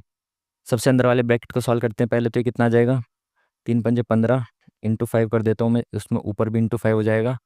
तो 5/5 और 1 6/15। तो 3 दूनी 6 3 पंजे 15। तो 2/3 आ गया ये वाला ब्रैकेट का आंसर। इसमें क्या है? 4 दूनी 8 और 1 9/4 प्लस 2 एकम 2 और 3/2। तो इससे भी 2 से मल्टीप्लाई कर देंगे, 2 से 4 बन जाएगा। तो 6 9 6 15/4, 15/4 इंटू 3/2। क्योंकि 2/3 है तो डिवाइड हो रहा है तो उल्टा हो जाएगा ये। तो 15 या 45/8। तो 1/2 गुना 45/8। तो 8 दूनी 16। 45/16 से डिवाइड करना है इसको। अपॉन में 45/16 आ जाएगा। तो ये 16 ऊपर जाएगा, 8 नीचे आएगा। ठीक है। तो 8 नीचे ऊपर 16 तो इंटू 2 हो गया ऊपर, नीचे 45 हो गया। 115/8, 115/8 और 45/16। 115/8 और ये 45/16। ठीक है। 8 का मान 8 दूनी 16, ये 2 ऊपर चला गया इंटू में। तो 115। अब यहाँ पे 45 को काटो, किससे काटेंगे? तो किससे काट सकते हो आप? 5 एकम 5, 5 नीम 45, 5 दूनी 10 और 5 तिया 15। और यहाँ पे 23 दूनी 46 अपॉन में 9। 9 आ रहा है ना यहाँ पे? क्या हो रहा है भाई ये? 4 दूनी 8 1 9/4 प्लस 3 2 एकम 2 3/2। तो 6/4 9 6 15, 15/4 डिवाइडेड बाय 2/3 था तो इंटू 3/2। 45/8। अबे यार, 45/8 आएगा ये। तो 8 से 8 गया, तब भी 23/9 आ रहा है। यार इसको भी अभी आगे देखते हैं ना, काफ़ी टाइम हो रहा है, ये बहुत ज़्यादा लेंदी लग रहा है आज पेपर। Next question. एक त्रिभुज और एक समांतर चतुर्भुज का समान आधार है, आधार समान है जो कि 28 है, उनके क्षेत्रफल भी समान है। त्रिभुज और समांतर चतुर्भुज का क्षेत्रफल समान है। तो त्रिभुज का क्षेत्रफल क्या होता है? 1/2 बेस इंटू हाइट बराबर कितना है? समांतर चतुर्भुज का क्षेत्रफल होता है बेस इंटू हाइट। ठीक है। आधार सेम है इनके, तो 1/2 बेस कितना है यहाँ पे? 28। और इसकी हाइट कितनी है? त्रिभुज की हाइट नहीं दे रखी तो h मान लेते हैं। और इसका बेस कितना है? समांतर चतुर्भुज की ऊंचाई इतनी है और बेस दोनों का सेम है, तो यानी 28 इंटू ऊंचाई कितनी है? 12। तो यहाँ से ये खत्म। 2 एकम 2 2 चौका 8 पूछा गया इसने त्रिभुज की ऊंचाई। ठीक है। ये 14 इधर आ जाएगा, 14 दूनी 28, 12 दूनी 24। Option number C is the correct answer. LCM और एचसीएफ क्रमशः इतने इतने हैं, यदि दोनों संख्याओं का अनुपात इतना है तो संख्याओं में बड़ी संख्या क्या है? आपको पता है एलसीएम इंटू एचसीएफ बराबर होता है दोनों संख्याओं का मल्टीप्लीकेशन। ठीक है। तो एचसीएफ इंटू एलसीएम, तो 8, 8 गुना 48 बराबर क्या हो जाएगा? 2 गुना 3। 2 गुना 3 नहीं, ये अगर मैं एक संख्या को 2x मान लेता हूँ तो दूसरी संख्या 3x हो जाएगी। बिल्कुल। तो 2x इंटू 3x बराबर ये हो गया, ये कितना हो गया? 6x²। तो ये 6 जो है यहाँ पे आ जाएगा डिवाइड में। तो 6 8 48। तो x² अगर 8 इंटू 8 है तो x क्या हो जाएगा? 8 हो जाएगा। बिल्कुल, x² 64 हो गया ना। तो x 8 हो गया, पूछा गया है बड़ी संख्या, तो 3x बड़ी होगी। तो 8 तिया 24। Option number A is the correct answer. चलिए नेक्स्ट क्वेश्चन। 3 4 5 सेंटीमीटर की भुजाओं वाले 3 छोटे घनों को पिघलाकर एक बड़ा घन बनाया गया। कुल पृष्ठीय क्षेत्रफल, छोटे घनों का कुल पृष्ठीय क्षेत्रफल और बड़े घन का कुल पृष्ठीय क्षेत्रफल का अनुपात। तो भाई अगर मैं छोटे घनों को पिघलाकर एक बड़ा घन बना रहा हूँ, तो दोनों जितने भी छोटे घन होंगे उन सब का वॉल्यूम बराबर एक बड़े घन का वॉल्यूम होगा, है ना। पिघला के वॉल्यूम में तो कोई चेंज नहीं आएगा ना, तो इन सब के वॉल्यूम के बराबर बड़े घन का वॉल्यूम होगा।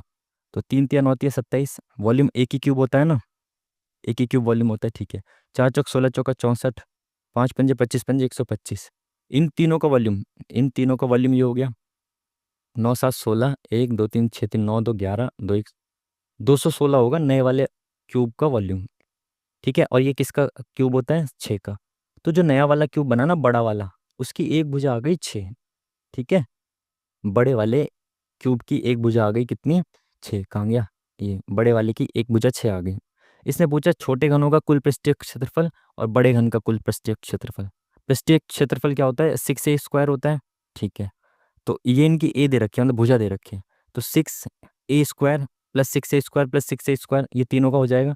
तो मैं 6 कॉमन ले लेता हूँ, a² अंदर लिख देता हूँ। तो 3 3 9 प्लस 4 चौक 16 प्लस 5 पंजे 25 अपॉन में 6a²। ए इसकी 6 आई थी, तो 6 × 6, देखो 6 से तो ये 6 गया, ऊपर क्या बचा, 25 दूनी 50 बटे में 36। तो 2 एकम 2, 2 अट्ठे 16, 2 25, 25/18 option number C is the correct answer, ठीक है। बड़े वाले घन की पहले भुजा निकाली, उसके बाद सबका पृष्ठीय क्षेत्रफल निकाल के रख दिया। एक मल्टी स्टोर आउटलेट में एक हफ्ते में इतने आइटम बेचे और 25% का लाभ अर्जित किया। लाभ क्यू संख्या में वस्तुओं के क्रय मूल्य के बराबर है। तो क्यू का मान बताना है, जो लाभ है वो विक्रय मूल्य के बराबर है क्यू वस्तुओं के। इतने आइटम बेचे, अगर मैं मान लेता हूँ 1 रुपये का एक आइटम था, तो टोटल मैंने इतने रुपए की बिक्री की, तो ये 25% इसमें लाभ मिला, तो ये 125% के बराबर हुआ। और मैं अगर क्रय मूल्य कॉस्ट प्राइस इसका निकालता हूँ तो 100% कॉस्ट प्राइस होता है। तो 25 चौका 100, 25 पंजे 125, 5 दूनी 10, 5 सत्ते 35, 5 पंजे 25, ठीक है। ठीक है ना। 100% ये आ गई इसकी 100% की वैल्यू, ठीक है। तो ये 275 × 4, ये 100% की वैल्यू आ गई। पूछा गया क्यू का मान बताना। क्यू जो है, क्यू वस्तुओं क्यू संख्या में वस्तुओं के विक्रय मूल्य के बराबर है। लाभ जो है वो वस्तुओं के विक्रय मूल्य के बराबर है, तो लाभ 1/4 का हुआ था। ये टोटल इनका क्या आ गया, ये वस्तु आ गई टोटल, ये 100% आ गया ना टोटल। 25% के लाभ अर्जित किया इसने, तो लाभ क्यू वस्तुओं में, लाभ क्यू संख्या में वस्तुओं के विक्रय मूल्य के बराबर है। तो टोटल विक्रय मूल्य हमारा 100 वस्तुओं का 100% आ गया। एक 100% का आ गया 275 × 4। लाभ कितना, 1/4, तो इसका 1/4 निकालें तो 275 ऑप्शन नंबर डी आना चाहिए। यार टाइम बहुत कम है, मैं खुद कंफ्यूज होने लग गया हूँ टाइम को देख देख के बार बार। यार कितना लेंदी पेपर बना दिया। अभी क्या है, एक ठोस जिस एक ठोस घन जिसका आयतन इतना है, समान आयतन के 27 घनों में काटा जाता है। तो छोटे घन का पृष्ठीय क्षेत्रफल बताना है। तो भाई 27 घन है, ठीक है। सभी का जो आयतन है वो एक ही क्यूब एक ही क्यूब एक ही क्यूब होगा, तो 27 एक ही क्यूब हो जाएगा इनका टोटल आयतन, और इस बड़े वाले के बराबर होगा, ठीक है।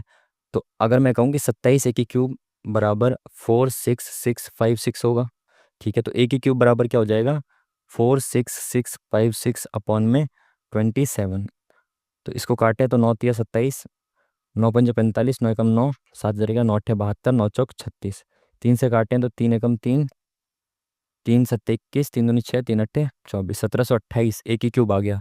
तो एक की वैल्यू आ जाएगी 12। ये 1728 12 का क्यूब होता है, तो एक की वैल्यू आ गई 12। 27 घनों में काटा जाता है छोटे घन का पृष्ठीय क्षेत्रफल। तो छोटे घन की एक एक भुजा की लंबाई आ गई 12, और जो पृष्ठीय क्षेत्रफल क्या होता है 6a², तो 6 × 12 × 12, तो ये कितना हो गया 144 × 6, 6 चौक 24, 6 चौक 24, 25 26, 6 × 6 = 2 8, 864 option number 1 is the correct answer. चलिए 900 कर्मचारियों में 10% महिलाओं को छोड़कर सभी कर्मचारी मौजूद थे।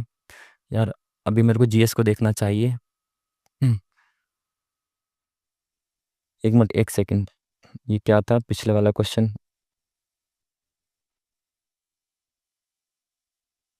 ये प्रीवियस ईयर, अरे यार। हाँ, इसको वैल्यू पुट करके देख सकते हैं। 320 हो रहा है। अरे यार, पहले मैं जीके को ही देखता हूँ, काफ़ी टाइम हो गया ना। आगे बढ़ते हैं। तो यही टाइम खराब कर देता है। जीएस को देखते हैं, बहुत टाइम हो गया। 1930 में किसने दलितों को डिप्रेस्ड क्लास एसोसिएशन में संगठित किया और एक अलग निर्वाचन मंडल की बात। अलग निर्वाचन मंडल दलितों के लिए अंबेडकर जी ने मांग की थी। पोखरण परमाणु परीक्षण 2 का कोड क्या था?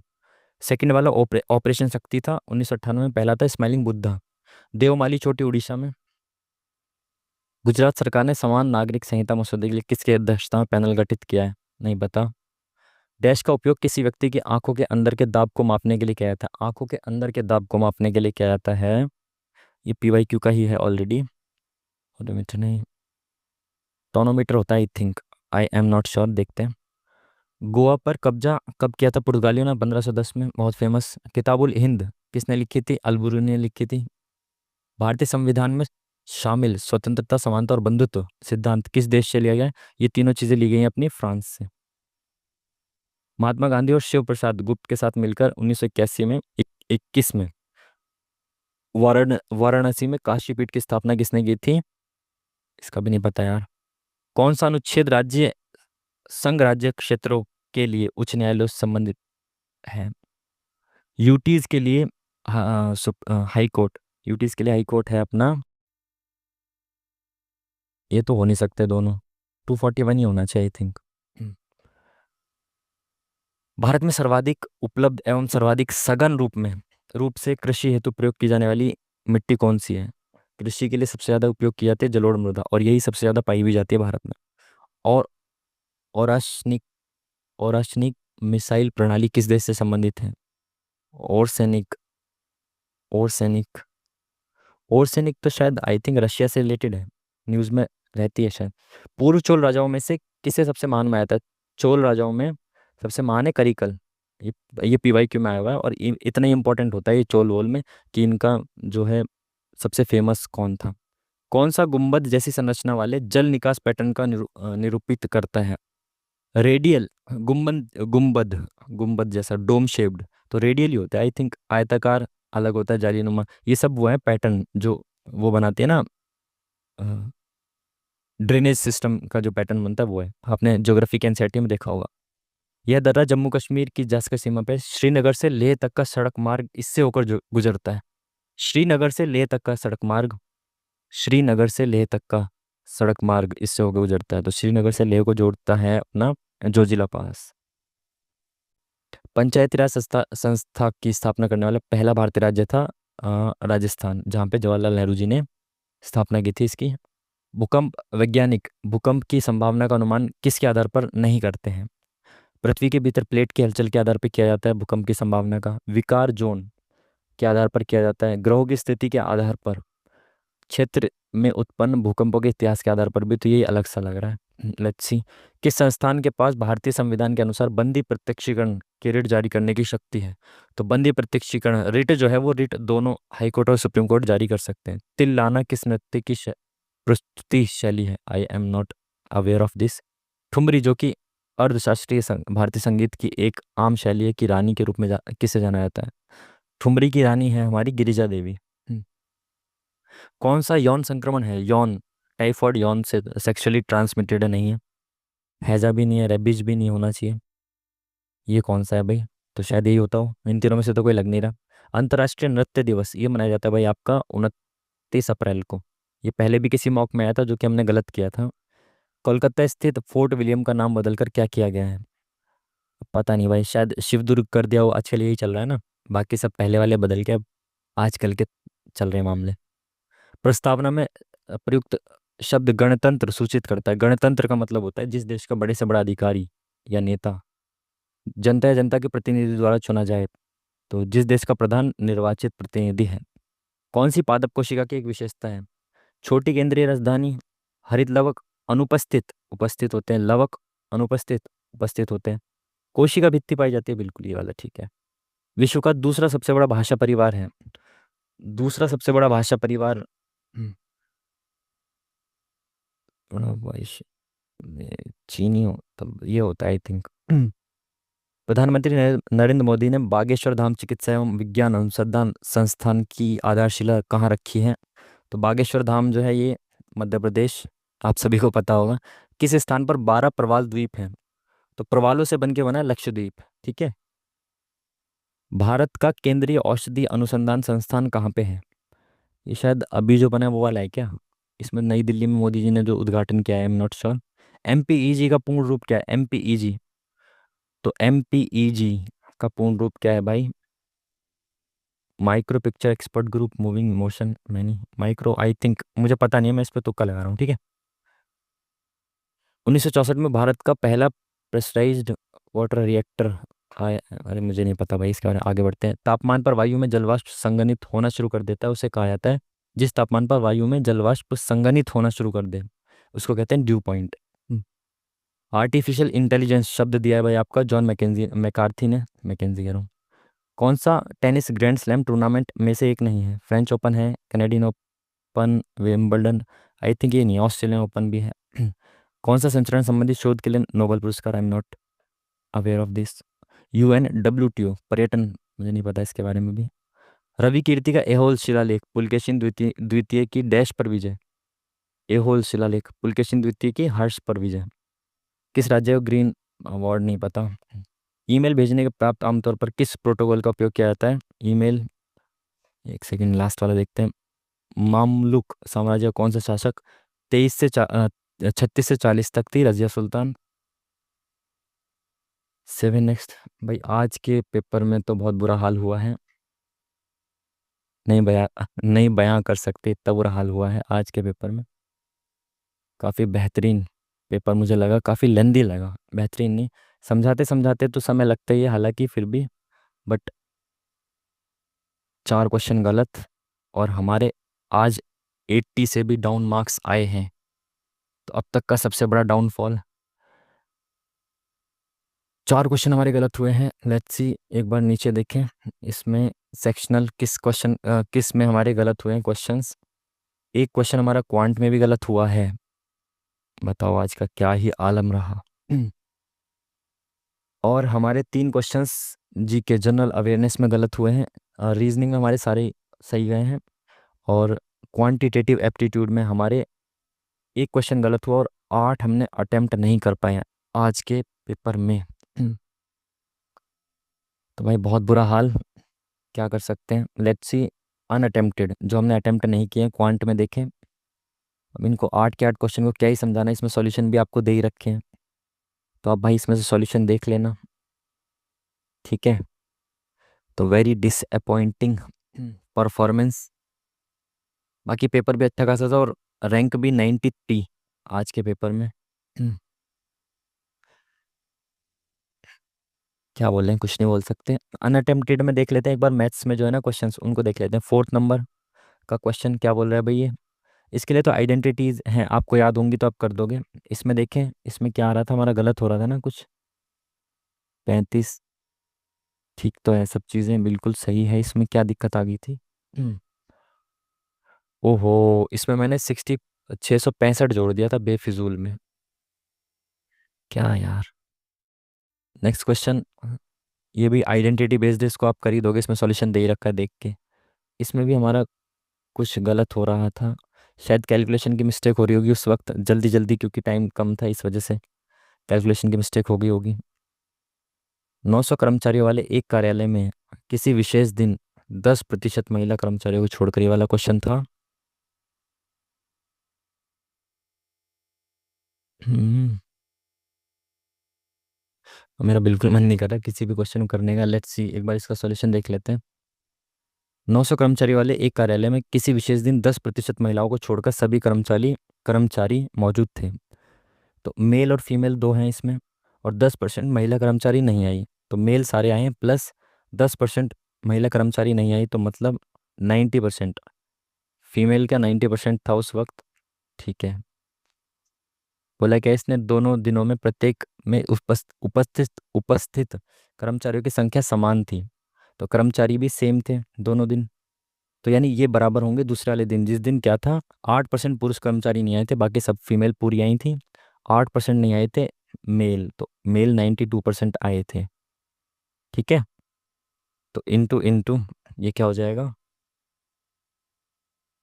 100m प्लस 9f बराबर 100f प्लस 92m। ठीक है, 100 से नीचे वाला 100 कट जाएगा, तो ये कितना बचेगा, f इधर जाएगा ये, एक सेकेंड, ये 9/10 है ना, तो ये 90/100 लिख सकता हूँ, तब ये कटेगा, तो ये 90f हो जाएगा। ठीक है, तो इधर गया तो ये कितना बन गया, 90f, शेट यार क्या कर रहा हूँ मैं, 10f बन गया ये, बराबर ये इधर आ जाएगा तो 8m। ठीक है, तो ये 2 चौक 8 और ये 2 पंजे 10, तो मेल है 5, फीमेल है 4, तो मेल और फीमेल का रेशियो कितना है, 5 और 4। पूछा क्या है, पुरुष कर्मचारियों की संख्या, तो पुरुष 5 है 9 में से, तो 9 की वैल्यू 900 है, तो 1 की वैल्यू 100, तो पुरुषों की 500 हो जाएगी, ऑप्शन नंबर डी। ठीक है, बाकी तो इसमें सारे सॉल्यूशंस आपको दे ही रखे हैं, तो आप सॉल्यूशन भी देख सकते हो। ठीक है, ये क्वेश्चन छूटा था, इसका भी सॉल्यूशन दे रखा है, आपको सॉल्यूशन देख ही लेना, अब मैं क्या ही बताऊँ। ठीक है, ये इतने इजी क्वेश्चंस भी हमें छोड़ने पड़े टाइम की वजह से।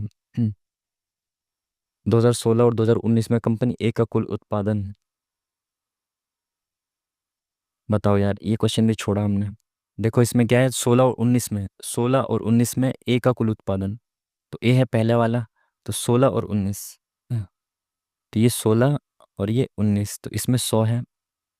ठीक है, उत्पादन 17 और 18 में कंपनी सी के कुल उत्पादन का कितना प्रतिशत है, ऐसे पूछा होगा, तो 17 और 18, इसमें 120 है, तो ये कितना, 5/6, तो 500, 6 × 8 = 48, और इधर गया तो 6 दूनी 6 × 3 = 18, 83 point something, option number B is the correct answer. ये क्वेश्चंस छूटे हैं भाई हमारे, ये प्रोबेबिलिटी का क्वेश्चन है। फाइन, जो भी है, कुल मिला के ये रहा आज का हमारा ओवरव्यू मॉक टेस्ट का, जो भी था बहुत बेकार था आज का।